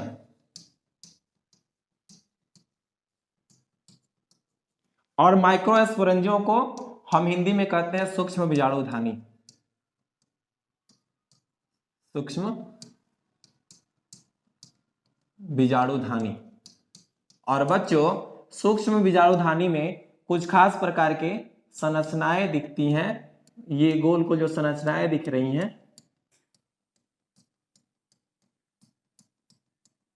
इसके अंदर जो संरचनाएं आपको दिख रही हैं, इन्हें हम कहते हैं पोलन ग्रेन। क्या कहते हैं बच्चों, पोलन ग्रेन। तो अब आप इस प्रश्न का जवाब बिना किसी हिचकिचाहट के दे सकते हैं, क्योंकि हमने पूरी तरह आपको इसका जो 0 लेवल का बात था वहां से लेकर के हमने प्रश्न के उत्तर तक पहुंचा दिया। तो बच्चों, इस प्रश्न का सही जवाब क्या होगा, आप कमेंट बॉक्स में फटाक से कमेंट करें। जी हाँ, बिल्कुल, आपका प्रश्न, ये जो प्रश्न है उसका सही जवाब आपने दिया है कि सर परागकोश में होते हैं परागकण। क्या होते हैं बच्चों, परागकण। बिल्कुल सही जवाब था आपका। अब हम बात करते हैं अन्य प्रश्न की, जो कि आपके सामने है। मनुष्य में कितने जोड़े क्रोमोसोम पाए जाते हैं। तो बच्चों समझने का प्रयास कीजिएगा। जो मनुष्य है उनमें 23 जोड़े क्रोमोसोम पाए जाते हैं, लेकिन थोड़ा सा आप यहां पे फोकस करेंगे। आप अगर हम क्रोमोसोम की संख्या की बात करें तो क्रोमोसोम कितने होते हैं, तो 23 जोड़े होते हैं। 23 जोड़े होते हैं। लेकिन बच्चों, कभी कभी आपके एग्जाम में यह भी पूछ लिया जाता है कि बताइए गुणसूत्र की संख्या कितनी होती है, जोड़ा में नहीं, ऐसा संख्या में। तो बच्चों यहां पर समझिएगा, इसकी संख्या कितनी होती है, 46 होती है। कितनी होती है, 46 होती है। और बच्चों, कभी कभी यह प्रश्न पूछ लिया जाता है कि जो मनुष्य है उनके गैमेट यानी कि युग्मक में कितने गुणसूत्र पाए जाते हैं। तो बच्चों ध्यान देंगे, जो युग्मक होते हैं ना, वो नॉर्मल कोशिका के तुलना में उसमें जो गुणसूत्र की संख्या होती है वह आधी होती है। यानी कि अगर मनुष्य में गुणसूत्र की संख्या कितनी है, 2n है। कितनी है बच्चों, 2n है। तो उसका जो गैमेट होगा उसमें गुणसूत्र की संख्या कितनी होगी, n होगी। यानी कि अगर बात करते हैं कि 2n बराबर कितना है, 46 है, तो n बराबर कितना हो जाएगा, 46/2 यानी कि 23। तो बच्चों यहां पर आपने ये भी देखा कि मनुष्य में गुणसूत्र की संख्या कितनी है, तो 23 जोड़ा या 46, और उनमें जो गैमेट बनते हैं उसमें गुणसूत्र की संख्या कितनी है, तो गुणसूत्र की संख्या कितनी है बच्चों, तो है 23। तो ऑप्शन आपके सामने है कि मनुष्य में कितने जोड़े क्रोमोसोम पाए जाते हैं। जी हाँ, बिल्कुल, यहाँ पर जोड़े की बात की जा रही है, तो जब जोड़ा की बात की जाएगी तो 23 होगा, और जब जोड़ा नहीं कहा जाएगा तब बच्चों वो कितना होगा, 46 होगा। उम्मीद करते हैं आपको आपका जो प्रश्न है उसका सही जवाब दे चुके हैं। निम्नलिखित में से किसे आप उपभोक्ता की श्रेणी में रखेंगे। तो बच्चों आप समझिए, ये जो प्रश्न है आपके एक चैप्टर जिसका नाम है इन्वायरमेंट यानी कि इकोलॉजी से संबंधित है। अब इकोलॉजी में आपने एक टॉपिक पढ़ा होगा फूड चेन, आहार श्रृंखला। आप थोड़ा सा समझिएगा, अगर हम आहार श्रृंखला की बात करते हैं, आहार श्रृंखला, इसको हम कहते हैं फूड चेन, फूड चैन, आहार श्रृंखला। अगर हम एक मैदानीय परितंत्र की आहार श्रृंखला की बात करते हैं तो उसके लिए सबसे पहले आपको हम बताते हैं इसकी संरचना की होती कैसे है। तो बच्चों आहार श्रृंखला में सबसे पहले आपको मिलते हैं उत्पादक, उसके बाद आते हैं उपभोक्ता। क्या था बच्चों, उपभोक्ता आते हैं। अब उपभोक्ता में भी क्या होते हैं, प्रथम श्रेणी के, फिर द्वितीय तृतीय करके ऐसे सर्वोच्च उपभोक्ता तक पहुंचता है। तो उत्पादक के बाद क्या आते हैं बच्चों, उपभोक्ता आते हैं। ठीक है जी, देखिए प्रथम उपभोक्ता, फिर ये पहुंचता है, फिर द्वितीय उपभोक्ता जिसको हम सेकेंडरी उपभोक्ता यानी सेकेंडरी कंज्यूमर कहते हैं, द्वितीय उपभोक्ता, फिर द्वितीय उपभोक्ता के बाद आता है तृतीय उपभोक्ता यानी कि टर्सरी कंज्यूमर। तो बच्चों थोड़ा सा ध्यान देंगे, यहां पर हमने 1 नट लिखा है, 2 नट लिखा है, इसका मतलब प्राइमरी सेकेंडरी और टर्सरी होता है। ठीक है, यानी कि आप इसे प्रथम उपभोक्ता कह सकते हैं, आप इसे द्वितीय उपभोक्ता कह सकते हैं, फिर आप इसे तृतीय उपभोक्ता कह सकते हैं, और तृतीय उपभोक्ता के बाद आता है जो होता है सर्वोच्च उपभोक्ता, सर्वोच्च उपभोक्ता यानी कि जिसे हम कहते हैं टॉप कंज्यूमर।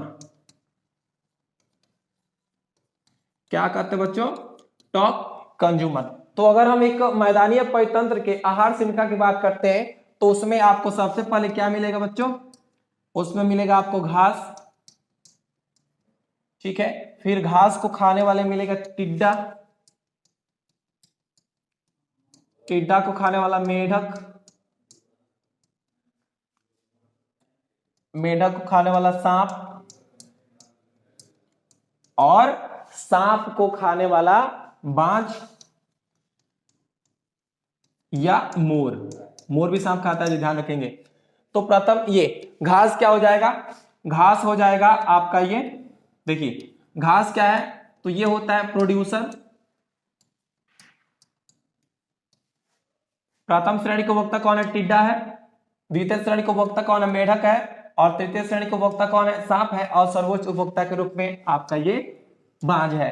अब थोड़ा सा प्रश्न की ओर गौर करते हैं कि पूछा जा रहा है कि निम्नलिखित में से किसे आप उपभोक्ता की श्रेणी में रखेंगे।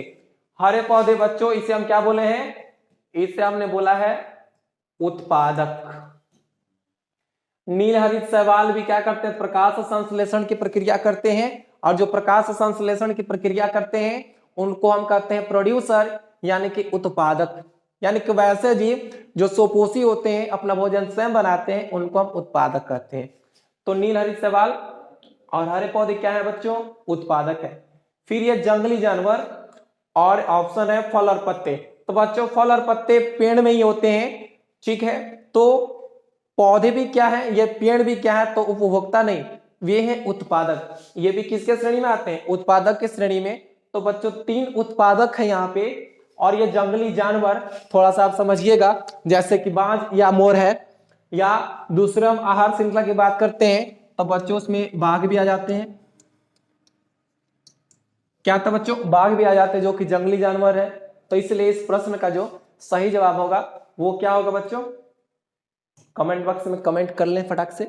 जी हाँ, बिल्कुल आपका जवाब सही है कि निम्नलिखित में से किसे आप उपरोक्त श्रेणी में रखेंगे, तो वो क्या हो जाएगा बच्चों, वो हो जाएगा जंगली जानवर, वाइल्ड एनिमल। ओके जी।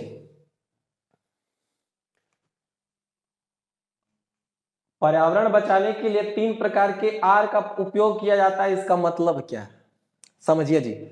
बहुत बहुत ही महत्वपूर्ण सवाल है आपके सामने कि पर्यावरण को अगर आप बचाना चाहते हैं तो आप किन 3 आर पर ध्यान देंगे और किन 3 आर का उपयोग करेंगे। तो समझिएगा, यहां पर है कम उपयोग यानी कि रिड्यूस, दूसरा है रिसाइकल और तीसरा है रीयूज। थोड़ा समझने का प्रयास करेंगे। अब रिड्यूस का मतलब क्या हुआ, यानी कि हमें जो संसाधन उपलब्ध है नेचर के द्वारा उनका उपयोग कम से कम करना है। कहने का मतलब यही कि उनका अतिदोहन नहीं करना है, बिना आवश्यकता के उनको नष्ट नहीं करना है। अगर कम में काम चल जा रहा है तो कम का ही उपयोग करेंगे। क्या करेंगे बच्चों, कम का ही उपयोग करेंगे। तो इसको हम लोग कहते हैं रिड्यूस, यानी कि कम उपयोग करेंगे। फिर है रिसाइकल, यानी कि अगर कोई मान लेते हैं कि जैसे कि फोन है, ठीक है, हमारा फोन खराब हो गया, अगर वो बन जाता है तो उसको रिपेयर करके हम फिर उसको यूज कर सकते हैं। मतलब कि उसको हमने क्या कर लिया, देखिए रीयूज कर लिया, पुनः उपयोग कर लिया। अब जैसे देखिए क्या होता है, पुनः चक्रण रिसाइकल, जैसे कि पेपर होते हैं ना, तो पेपर को हम क्या करते हैं, फिर से उसको दूसरे पेपर में कन्वर्ट कर लिया जाता है। हम उसको ऐसे नहीं फेंक देंगे, उसको क्या कर लेंगे, रिसाइकल कर सकते हैं। तो बच्चों इस प्रश्न का जो सही जवाब क्या है कि अगर पर्यावरण को बचाने के लिए 3 प्रकार के आर हैं तो रियूज, ये रिड्यूस, रिसाइकल, रीयूज, तो ऑप्शन नंबर क्या हो जाएगा, डी हो जाएगा, इनमें से सभी हो जाएगा बच्चों। अब प्रश्न है कि किन कारणों से प्राकृतिक संसाधन नष्ट हो रहे हैं। किन कारणों से प्राकृतिक संसाधन नष्ट हो रहे हैं, तो बच्चों सबसे बड़ा प्रॉब्लम है जनसंख्या। तो बच्चों जनसंख्या जितनी अधिक बढ़ती जा रही है ना, उनके लिए रोजगार चाहिए, उनके लिए रहने के लिए जगह चाहिए, उनके लिए कारखाने करने होंगे, मतलब बहुत सारे कारखाने लगाने होंगे। और जैसे गांव के लोग शहर में जा रहे हैं तो शहर में घरों की संख्या बढ़ रही है। तो बच्चों शहरीकरण भी कहीं ना कहीं क्या है, शहरीकरण भी आवश्यक है। मतलब शहरीकरण का भी कुछ ना कुछ क्या इसमें भूमिका है। और फिर प्रदूषण तो है ही, जो कि क्या कर रहा है, हमारे पर्यावरण को नष्ट कर रहा है। तो बच्चों किन कारणों से प्राकृतिक संसाधन नष्ट हो रहे हैं, तो शहरीकरण और प्रदूषण। इसलिए इस प्रश्न का सही जवाब क्या हो जाएगा, ए और बी, यानी कि सी वृक्षारोपण तो क्या करता है, पर्यावरण को बचाने में मदद करता है। निम्न में से कौन सा यौगिक, कौन सा पदार्थ, ये नहीं है बायो का, निम्न में से कौन सा, हाँ जी, बहुत बहुत इंपॉर्टेंट सवाल है ये, आपके एग्जाम में पूछा गया सवाल है बच्चों। ये प्रीवियस ईयर का क्वेश्चन आपके एग्जाम में पूछा गया है कि निम्न में से कौन सा अंग संवेदनग्राही नहीं है, यानी कि जो इंपल्स को, देखिए जो संवेदना को ग्रहण नहीं करता है। तो अब समझिएगा, हमारे शरीर में 5 ज्ञानेंद्रियां हैं। सेंस ऑर्गन कितने हैं, 5। आंख, नाक, कान, जीभ, त्वचा। आंख भी संवेदना ग्रहण करता है, नाक भी, कान भी, जीभ और त्वचा, यानी कि 5 ग्रहण करते हैं। ऑप्शन देखते हैं, कान नहीं होगा, आंख नहीं होगा, नाक नहीं होगा। तो बच्चों इसमें से कौन संवेदीग्राही नहीं है, तो आपका दिमाग है, क्योंकि ये आपको दिमाग जो होता है शरीर की क्रियाओं को कंट्रोल करता है। क्या करता है, कंट्रोल करता है। ठीक है, ये सेंस ऑर्गन के अंतर्गत नहीं आते हैं। ठीक है जी, तो इस प्रश्न का सही जवाब क्या हो जाएगा, हो जाएगा डी। अब समांतर क्रम में देखिए समजात अंगों का उदाहरण है। अब यहां पर आप एक बात समझिए, समजात अंग आखिर होता क्या है। ठीक है बच्चों, थोड़ा सा समझिएगा, हम आपको बताते हैं। देखिए प्रश्न को थोड़ा सा हम साइड करते हैं, थोड़ा सा कंसेप्ट के ऊपर पहुंचते हैं, क्योंकि इससे आपके एग्जाम में 2 नंबर के लिए भी प्रश्न पूछे जाते हैं, तो आप इसको अच्छे से समझिए। समजात अंग, समजात अंग, तो बच्चों समजात अंग को हम कहते हैं इंग्लिश में होमोलोगस ऑर्गन। होमोलोगस ऑर्गन, देखिएगा होमोलोगस ऑर्गन कहते हैं जी समजात अंग। अब समजात अंग का मतलब क्या होता है देखिएगा, जैसे हमारा हाथ है, ठीक है, हमारा हाथ हो गया और घोड़ा का आगे वाला पैर, ठीक है, समझने का प्रयास करेंगे। जो हमारा हाथ है इसमें यहाँ पे आपको जो हड्डियां हैं, रेडियस होता है, अल्ना होता है, कार्पल होता है, मेटाकार्पल होता है और ये फैलेंजेस। तो इसी प्रकार जो रेडियस है, अल्ना है, मेटाकार्पल है, कार्पल है। अब जो कहेंगे सर ये रेडियस, अल्ना, कार्पल, मेटाकार्पल, फैलेंजन नहीं समझ में आ रहा है, तो बच्चों ये बातें आप आगे वाले क्लासेस में, जो कि हायर क्लास हो जाएगा, उसमें आपको पूरी तरह समझ में आएंगी। लेकिन फिलहाल आप ध्यान दीजिए कि जो हमारे हाथ में जो हड्डियां हैं वही घोड़े के आगे वाले पैर में भी है, और वही जो कुत्ता आप देखे होंगे ना, कुत्ते के आगे वाला पैर में भी सेम इसी प्रकार की हड्डियां उपस्थित हैं। ठीक है जी, तो समझात अंग समझने का प्रयास करेंगे। अब देखिए हम अपने हाथ से क्या करते हैं, किसी वस्तु को पकड़ने का काम करते हैं, जबकि वो घोड़ा हो जाएगा, कुत्ता हो जाएगा, चाहे गाय भैंस बकरी हो जाएगी, तो होता क्या है कि वे उससे चलने का काम करते हैं। क्या करते हैं बच्चों, चलने का काम करते हैं। देखिए उत्पत्ति एक समान है लेकिन कार्य क्या है, अलग अलग है। तो बच्चों आप समझिएगा कि वैसे अंग जिनकी उत्पत्ति, और देखिए जिनकी उत्पत्ति एक समान होती है भले उनके कार्य क्या हो, अलग अलग हो, उनको हम कहते हैं समजात अंग। क्या कहेंगे बच्चों, उसे हम समजात अंग कहेंगे। यानी कि उत्पत्ति क्या होगा, उत्पत्ति एक समान, कार्य क्या होगा, कार्य अलग अलग हो सकता है। क्या हो सकता है बच्चों, कार्य अलग अलग हो सकता है, लेकिन उत्पत्ति क्या होना चाहिए, उनका जो ओरिजिन है वह एक समान होना चाहिए, तभी हम जाकर के क्या बोलेंगे, उसे समजात अंग कहेंगे। ठीक है बच्चों। अब देखिए इससे संबंधित एक और है जिसे हम लोग कहते हैं समवृत्ति अंग, उसको भी आप जान लीजिए। समवृत्ति अंग,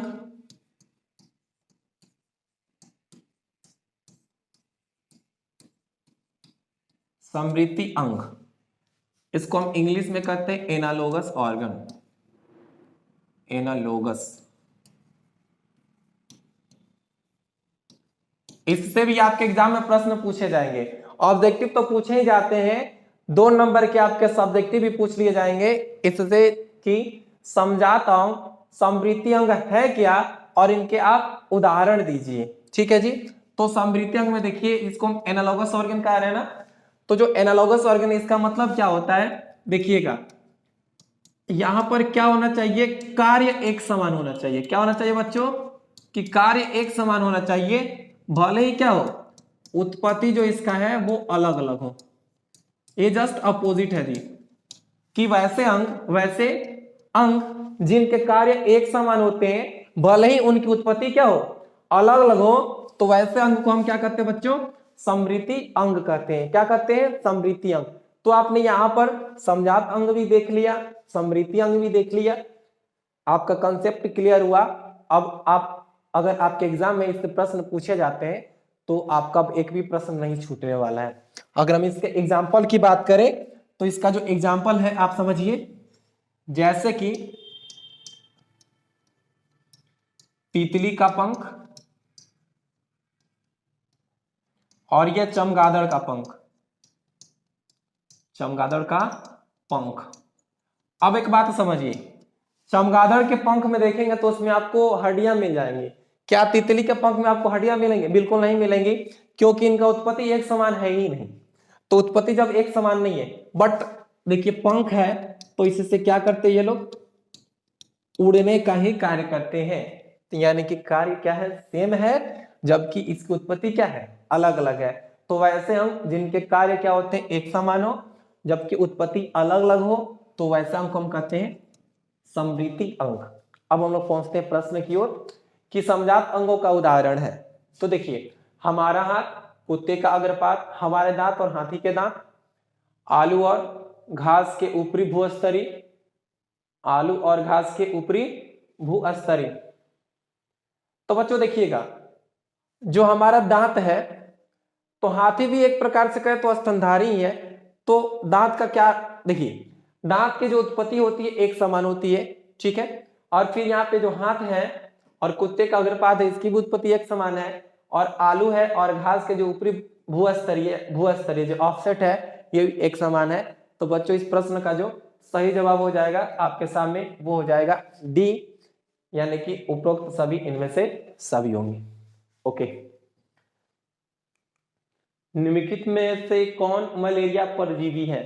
तो बच्चों यहां पर प्रश्न है कि निम्नलिखित में से कौन मलेरिया परजीवी यानी कि मलेरिया का पैरासाइट, मलेरियल पैरासाइट,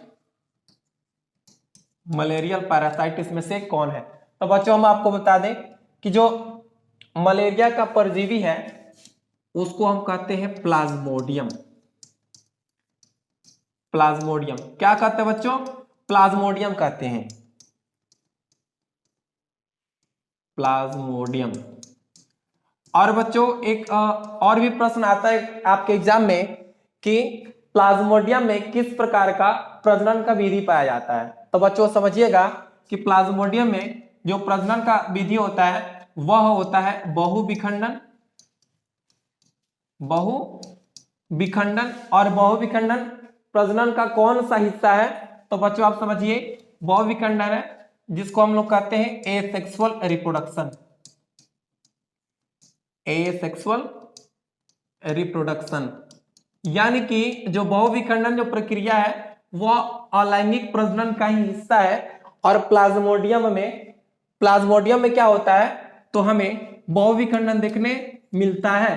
तो बच्चों यहां पर इस प्रश्न के साथ साथ आपको एक और प्रश्न के जवाब मिल गए कि प्लाज्मोडियम में प्रजनन की जो प्रक्रिया होती है किस तरीके से होता है, किस मेथड से होता है। तो बच्चों पहले आप प्रश्न देखते हैं कि निम्नलिखित में से कौन मलेरिया का परजीवी है। तो इस प्रश्न का हमने जवाब आपको ऑलरेडी बता दिया है कि मलेरिया के परजीवी किसे कहते हैं बच्चों? तो वो क्या है? प्लाज्मोडियम। क्या बच्चों? प्लाज्मोडियम है। एक और बात थोड़ा सा ध्यान देंगे आप, प्लाज्मोडियम एक प्रोटोजोआ भी है, लेकिन आप बस इतना ध्यान रखेंगे कि इस प्रश्न का जवाब होगा वह होगा प्लाज्मोडियम, और कहीं कंफ्यूज नहीं होना है। क्या होगा बच्चों? प्लाज्मोडियम होगा। चलिए जी अब बात करते हैं अन्य प्रश्न की। निम्नलिखित में से उत्तम ऊर्जा का स्रोत सल्फर नहीं। मानव हृदय में कोशिकाओं की संख्या कितनी होती है? आप समझिएगा बच्चों कि मनुष्य होता है उसमें हृदय जो होता है उसमें कोशिका कितने होते हैं। थोड़ा सा मनुष्य के दिल की बात करते हैं। क्या बच्चों कुछ इस प्रकार का होगा? नहीं, बिल्कुल नहीं। ये मनुष्य का दिल नहीं है, ये मनुष्य का दिल नहीं है। ठीक है बच्चों, ऐसा हम दिल नहीं बनाएंगे। तो बोलेंगे सर कैसे दिल बनाएंगे? तो बच्चों समझिएगा ऐसे दिल बनाएंगे हम, ऐसे। ठीक है बच्चों, दिल कैसा होगा? ऐसे होगा। अब देखिए आपको दिल कुछ इस प्रकार से, एकदम सिंपल सा डायग्राम है। देखिएगा ये है नलियां, ठीक है जी, यहां से नली निकला होता है, यहां से नली निकला होता है, यहां से नली निकला होता है। तो बच्चों ऐसे ही प्रश्न हमने जो बिहार बोर्ड के द्वारा मॉडल पेपर रिलीज किया गया था उसमें भी फुल्ली एक्सप्लेन किया था हमने हार्ट के बारे में। ठीक है, तो यहां पे देखिएगा इसको हम लोग कहते हैं आलिंद। क्या कहते हैं बच्चों? इसको हम कहते हैं आलिंद। ये भी क्या है? आलिंद है। ये भी क्या बच्चों? ये भी है आलिंद। इसको हम कहते हैं नीलय। क्या कहते हैं बच्चों? नीलय कहते हैं। ये भी क्या है? नीलय है। ओके जी, आलिंद। अगर हम ऐसे खड़े हैं बच्चों तो इधर वाला हिस्सा क्या है? तो इधर वाला राइट है, इधर वाला लेफ्ट है। तो बच्चों आलिंद भी राइट हो जाएंगे और लेफ्ट भी हो जाएंगे, नीलय भी राइट हो जाएंगे और लेफ्ट भी हो जाएंगे। तो एक दिल का हिस्सा इधर, एक दिल का हिस्सा इधर, एक दिल का हिस्सा इधर इधर इधर। ओके जी, चलिए डांस नहीं करना बच्चों। तो इसको बोलेंगे दाया आलिंद, दाया इसको बोलेंगे बाया, इसको बोलेंगे दाया, इसको बोलेंगे बाया। तो बच्चों दाया अलिंद, बाया अलिंद, दाया निलय और बाया निलय मिलाकर कितने चेंबर हुए जी? कितने हुए बच्चों?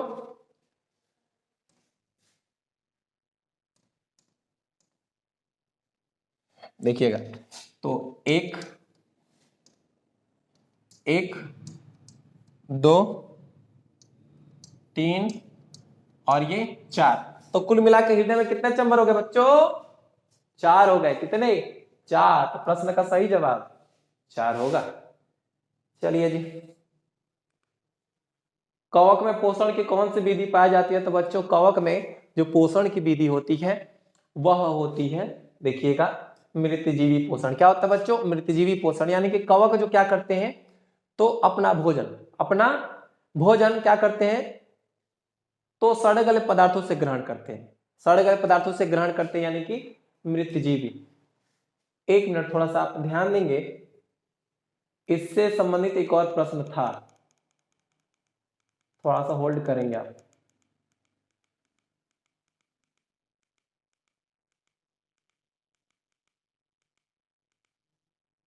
हाँ बच्चों थोड़ा सा ध्यान देंगे, कवक है।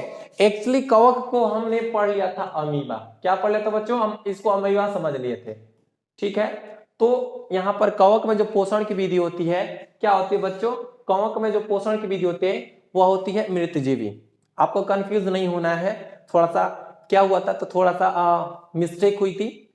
तो कवक में पोषण की कौन सी विधि होती है बच्चों? वो होता है मृतजीवी। क्योंकि क्वेश्चन 2 जगह है तो गलती का गुंजाइश नहीं है।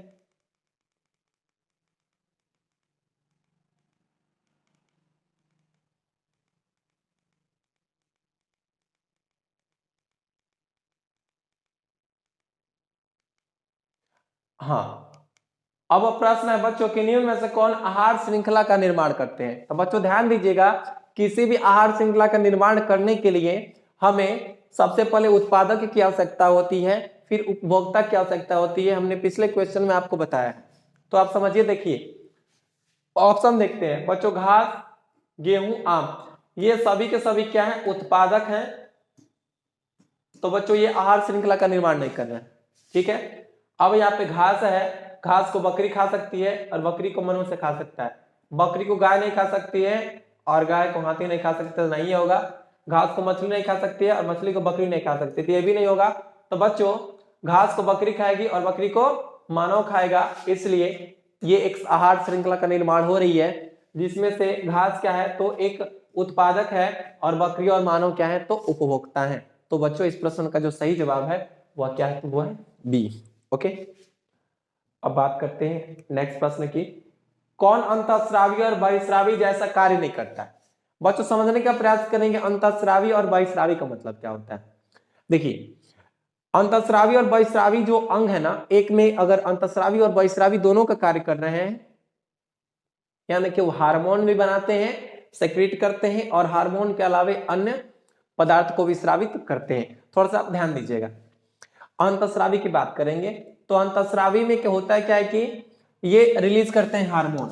क्या करते हैं बच्चों? केवल और केवल ये हार्मोन को स्रावित करते हैं। और जो बहिःस्रावी होते हैं ये हार्मोन के अलावे, यानी कि हार्मोन नहीं, दूसरे पदार्थ को स्रावित करते हैं। चाहे वो क्या हो सकता है, तो वो एंजाइम हो सकते हैं। जैसे देखिएगा हमारे जो पसीने की ग्रंथि है ना, ये बहिःस्रावी ग्रंथि है, इसके द्वारा हार्मोन का स्राव नहीं होता है। किसका स्राव करता है? तो पसीने का स्राव करता है। फिर ये ऑयल ग्लैंड होते हैं चेहरे पे, ये भी क्या है? बहिःस्रावी ग्रंथियां हैं। थोड़ा सा ऑप्शन देखते हैं कि अग्नाशय। तो बच्चों ध्यान दीजिएगा, अग्नाशय यानी कि पैनक्रियाज, और पैनक्रियाज में क्या होता है, तो 2 हिस्से होते हैं। एक हिस्सा अंतःस्रावी का कार्य करता है जबकि दूसरा हिस्सा बहिःस्रावी का कार्य करता है। तो अगर आपसे पूछे जाके बताइए कि कौन ऐसी ग्रंथि है जो अंतःस्रावी और बहिःस्रावी दोनों का कार्य करती है, तो आपका जवाब होना चाहिए क्या? अग्नाशय। अब देखिएगा फिर अंडाशय है, तो बच्चों अंडाशय से फिर ये पिट्यूटरी की भी बात करेंगे, पीयूष ग्रंथि, इसको हम पिट्यूटरी ग्लैंड भी कहते हैं, ठीक है जी। फिर ये अंडाशय यानी कि ओवरी, वृषण यानी कि टेस्टिस। ओके जी, तो बच्चों देखिए आप समझिए, तो अग्नाशय तो पैनक्रियाज, तो पैनक्रियाज को अभी हमने बताया है कि पैनक्रियाज बहिःस्रावी अंतःस्रावी दोनों का कार्य करता है, तो ऑप्शन ये एलिमिनेट कर दिया जाएगा, नहीं होगा। फिर ये पीयूष ग्रंथि, तो बच्चों ये प्योर इंडोक्राइन ग्लैंड है, इसके द्वारा केवल और केवल क्या रिलीज किए जाते हैं? हार्मोन रिलीज किए जाते हैं, हार्मोन का स्राव किया जाता है, हार्मोन के अलावे और किसी पदार्थ का स्राव नहीं होता है। तो इसलिए इस प्रश्न का सही जवाब क्या होगा? पीयूष ग्रंथि होगा, लेकिन ऑप्शन को देखते हैं अंडाशय, तो बच्चों इसमें हार्मोन भी रिलीज होते हैं और इससे ओवम भी रिलीज होते हैं। वृषण की बात करते हैं तो इससे हार्मोन भी रिलीज होते हैं और इससे सीमेन यानी कि स्पर्म भी रिलीज होता है। तो इसलिए इस प्रश्न का सही जवाब क्या होगा बच्चों? Option number B, pituitary gland.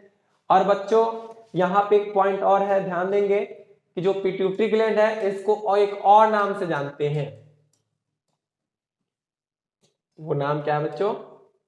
Master ग्रंथि। जी हाँ, बिल्कुल, मास्टर ग्रंथि के नाम से इसको जानते हैं, क्योंकि ये क्या करता है, इसके द्वारा स्रावित होने वाले जो हार्मोन है वे अन्य ग्रंथियों को भी क्या करते हैं, कंट्रोल करते हैं। चलिए जी, कौन सा, ओके, किस दर्पण रासायनिक अभिक्रिया कौन सा? हाँ बच्चों, अब प्रश्न है कि पीत रस कहां से स्रावित होता है? पीत रस, तो बच्चों पीत रस यानी कि बाइल जूस की बात की जा रही है, बाइल जूस की बात की जा रही है। तो बच्चों बाइल जूस कहां से स्रावित होता है ये पूछा गया है, तो समझिए अग्नाशय से। तो बच्चों अग्नाशय से अग्नाशयी रस, अग्नाशयी रस स्रावित होता है। यकृत से पीत रस, यकृत से पीत रस। छोटी आंत से सक्कस इंटेरिकस यानी कि आंत रस कहते हैं, सक्कस इंटेरिकस। क्या करते हैं बच्चों? सक्कस इंटेरिकस कहते हैं। तो थोड़ा सा ऑप्शन की ओर पहुंचते हैं। तो अग्नाशय से अग्नाशय रस, ये प्रश्न नहीं है। पूछा जा रहा है कि पीत रस कहां से स्रावित होता है? तो बच्चों पीत रस कहां से स्रावित होता है जी? लीवर से यानी कि यकृत से। कौन सा विलक्षण वंशांगत नहीं होता है, यानी कि पूछा जा रहा है कि कौन इसमें से एक ऐसा कैरेक्टर है जो कि एक पीढ़ी से दूसरे पीढ़ी में स्थानांतरित नहीं होता है। तो बच्चों ध्यान दीजिएगा, ऑप्शन की ओर पहुंचते हैं। आंख का रंग, तो समझिए, देखिए आंख का रंग, जैसे मान लेते कोई औरत है, उनका आंख का रंग नीला है, तो उनके जो अगर पुत्री होती है या पुत्र जो भी हो, तो क्या होता है, उनके भी आंख का रंग नीला हो जाता है। तो बच्चों ये वंशानुगत होता है। तो ऑप्शन नंबर ये जो ए है वो गलत है। फिर ये चमड़ी का रंग, आपने देखा होगा कि मानते हैं क्या है कि एक जोड़ा है, यानी कि मेल और फीमेल पुरुष है, तो होता क्या है कि अगर एक गोरे हैं, ठीक है, और एक काले हैं, काले नहीं सांवले हैं, तो देखते हैं कि क्या होता है कि माँ गोरी है और पिता क्या है, सांवले हैं। तो होता यही है कि बच्चा गोरा भी हो जाता है और बच्चा सांवला भी हो जाता है। यानी कि जब जो सांवले रंग का कैरेक्टर है पिता से पहुंचता है तो सांवला होगा, माँ से पहुंचता है तो गोरा होगा। तो बच्चों ये चमड़ी का रंग जो है ना वंशानुगत होता है, तो ये भी नहीं होगा। शरीर का आकार, अब है कि शरीर का आकार, तो बच्चों समझिए शरीर का आकार यहाँ पे जो है ना, शरीर का आकार देखते हैं कि अगर माता पिता छोटे हैं तो उनके बच्चे भी क्या होते, छोटे ही होते हैं।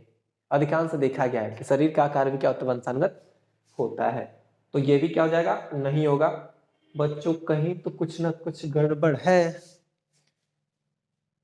यहां पर देखिए बच्चों, सब कुछ गड़बड़ किया है इस मच्छर ने, ठीक है बच्चों। और हाँ जी, मच्छर से याद आया, मच्छर में श्वसन की प्रक्रिया किसके द्वारा होता है? कमेंट बॉक्स में कमेंट करेंगे, ठीक है बच्चों। आपके लिए प्रश्न है कि मच्छर सांस किससे लेते हैं? कमेंट बॉक्स में आप कमेंट जरूर करेंगे। तो बच्चों अविलक्षण वंशानुगत नहीं होते, तो ये आंख का रंग वंशानुगत होता है, चमड़ी का रंग, शरीर का आकार भी होता है, तो ये भी गलत हो जाएगा। जबकि बाल की प्रकृति, अब ऐसा नहीं है कि जो बाल है, देखिए बाल है, किसी ने उसको क्या कर लिया, उसको मोड़ करके कर्ली बना लिया, घोंघरेला बना लिया, तो जरूरी नहीं है कि बाल का रंग क्या होता है, ट्रांसफर होते हैं। तो प्रश्न का सही जवाब क्या हो जाएगा बच्चों? तो हो जाएगा डी, आधुनिक और ग्लूकोज के शुद्ध जल। हाँ तो बच्चों इस मॉडल सेट में जो प्रश्न थे 72 थे, इसमें हमने सभी प्रश्नों को एक्सप्लेनेशन के साथ समझा दिया। तो बच्चों मिलते हैं लेकर के नेक्स्ट मॉडल पेपर यानी कि नेक्स्ट प्रैक्टिस सेट, जिसमें हम बहुत सारे प्रश्न करेंगे। और बच्चों आप जरूर बताएंगे कमेंट बॉक्स में कि 72 क्वेश्चंस में से आपके कितने क्वेश्चंस सही हैं। और बच्चों 72 में से जिसका 72 है उनकी जो एग्जाम की तैयारी है बहुत ही जबरदस्त है। और जिनके कम है तो निराश होने की कोई आवश्यकता नहीं है कि हमारे मार्क्स इसमें कम है। बच्चों आप क्या करेंगे, तो मन लगा करके पढ़ाई करेंगे और नेक्स्ट जो मॉडल पेपर आएगा उसमें क्या करेंगे, तो ज्यादा से ज्यादा यानी कि पूरे के पूरे मार्क्स लाने का प्रयास करेंगे। तो बच्चों मिलते हैं हम नेक्स्ट वीडियो में next model paper practice set के साथ। तो बच्चों खुश रहिए और अपने एग्जाम की तैयारी को जोरों शोरों से करिए। और बच्चों जैसा कि हमारा कोटेशन था कि मॉडल पेपर ये जो हमारा सीरीज है आप इसे पढ़िए और अपने एग्जाम की तैयारी कीजिए, आप 450 मार्क्स प्लस भी ला सकते हैं। तो मिलते हैं हम लोग नेक्स्ट वीडियो में, तब तक के लिए बेस्ट ऑफ लक, जय हिंद।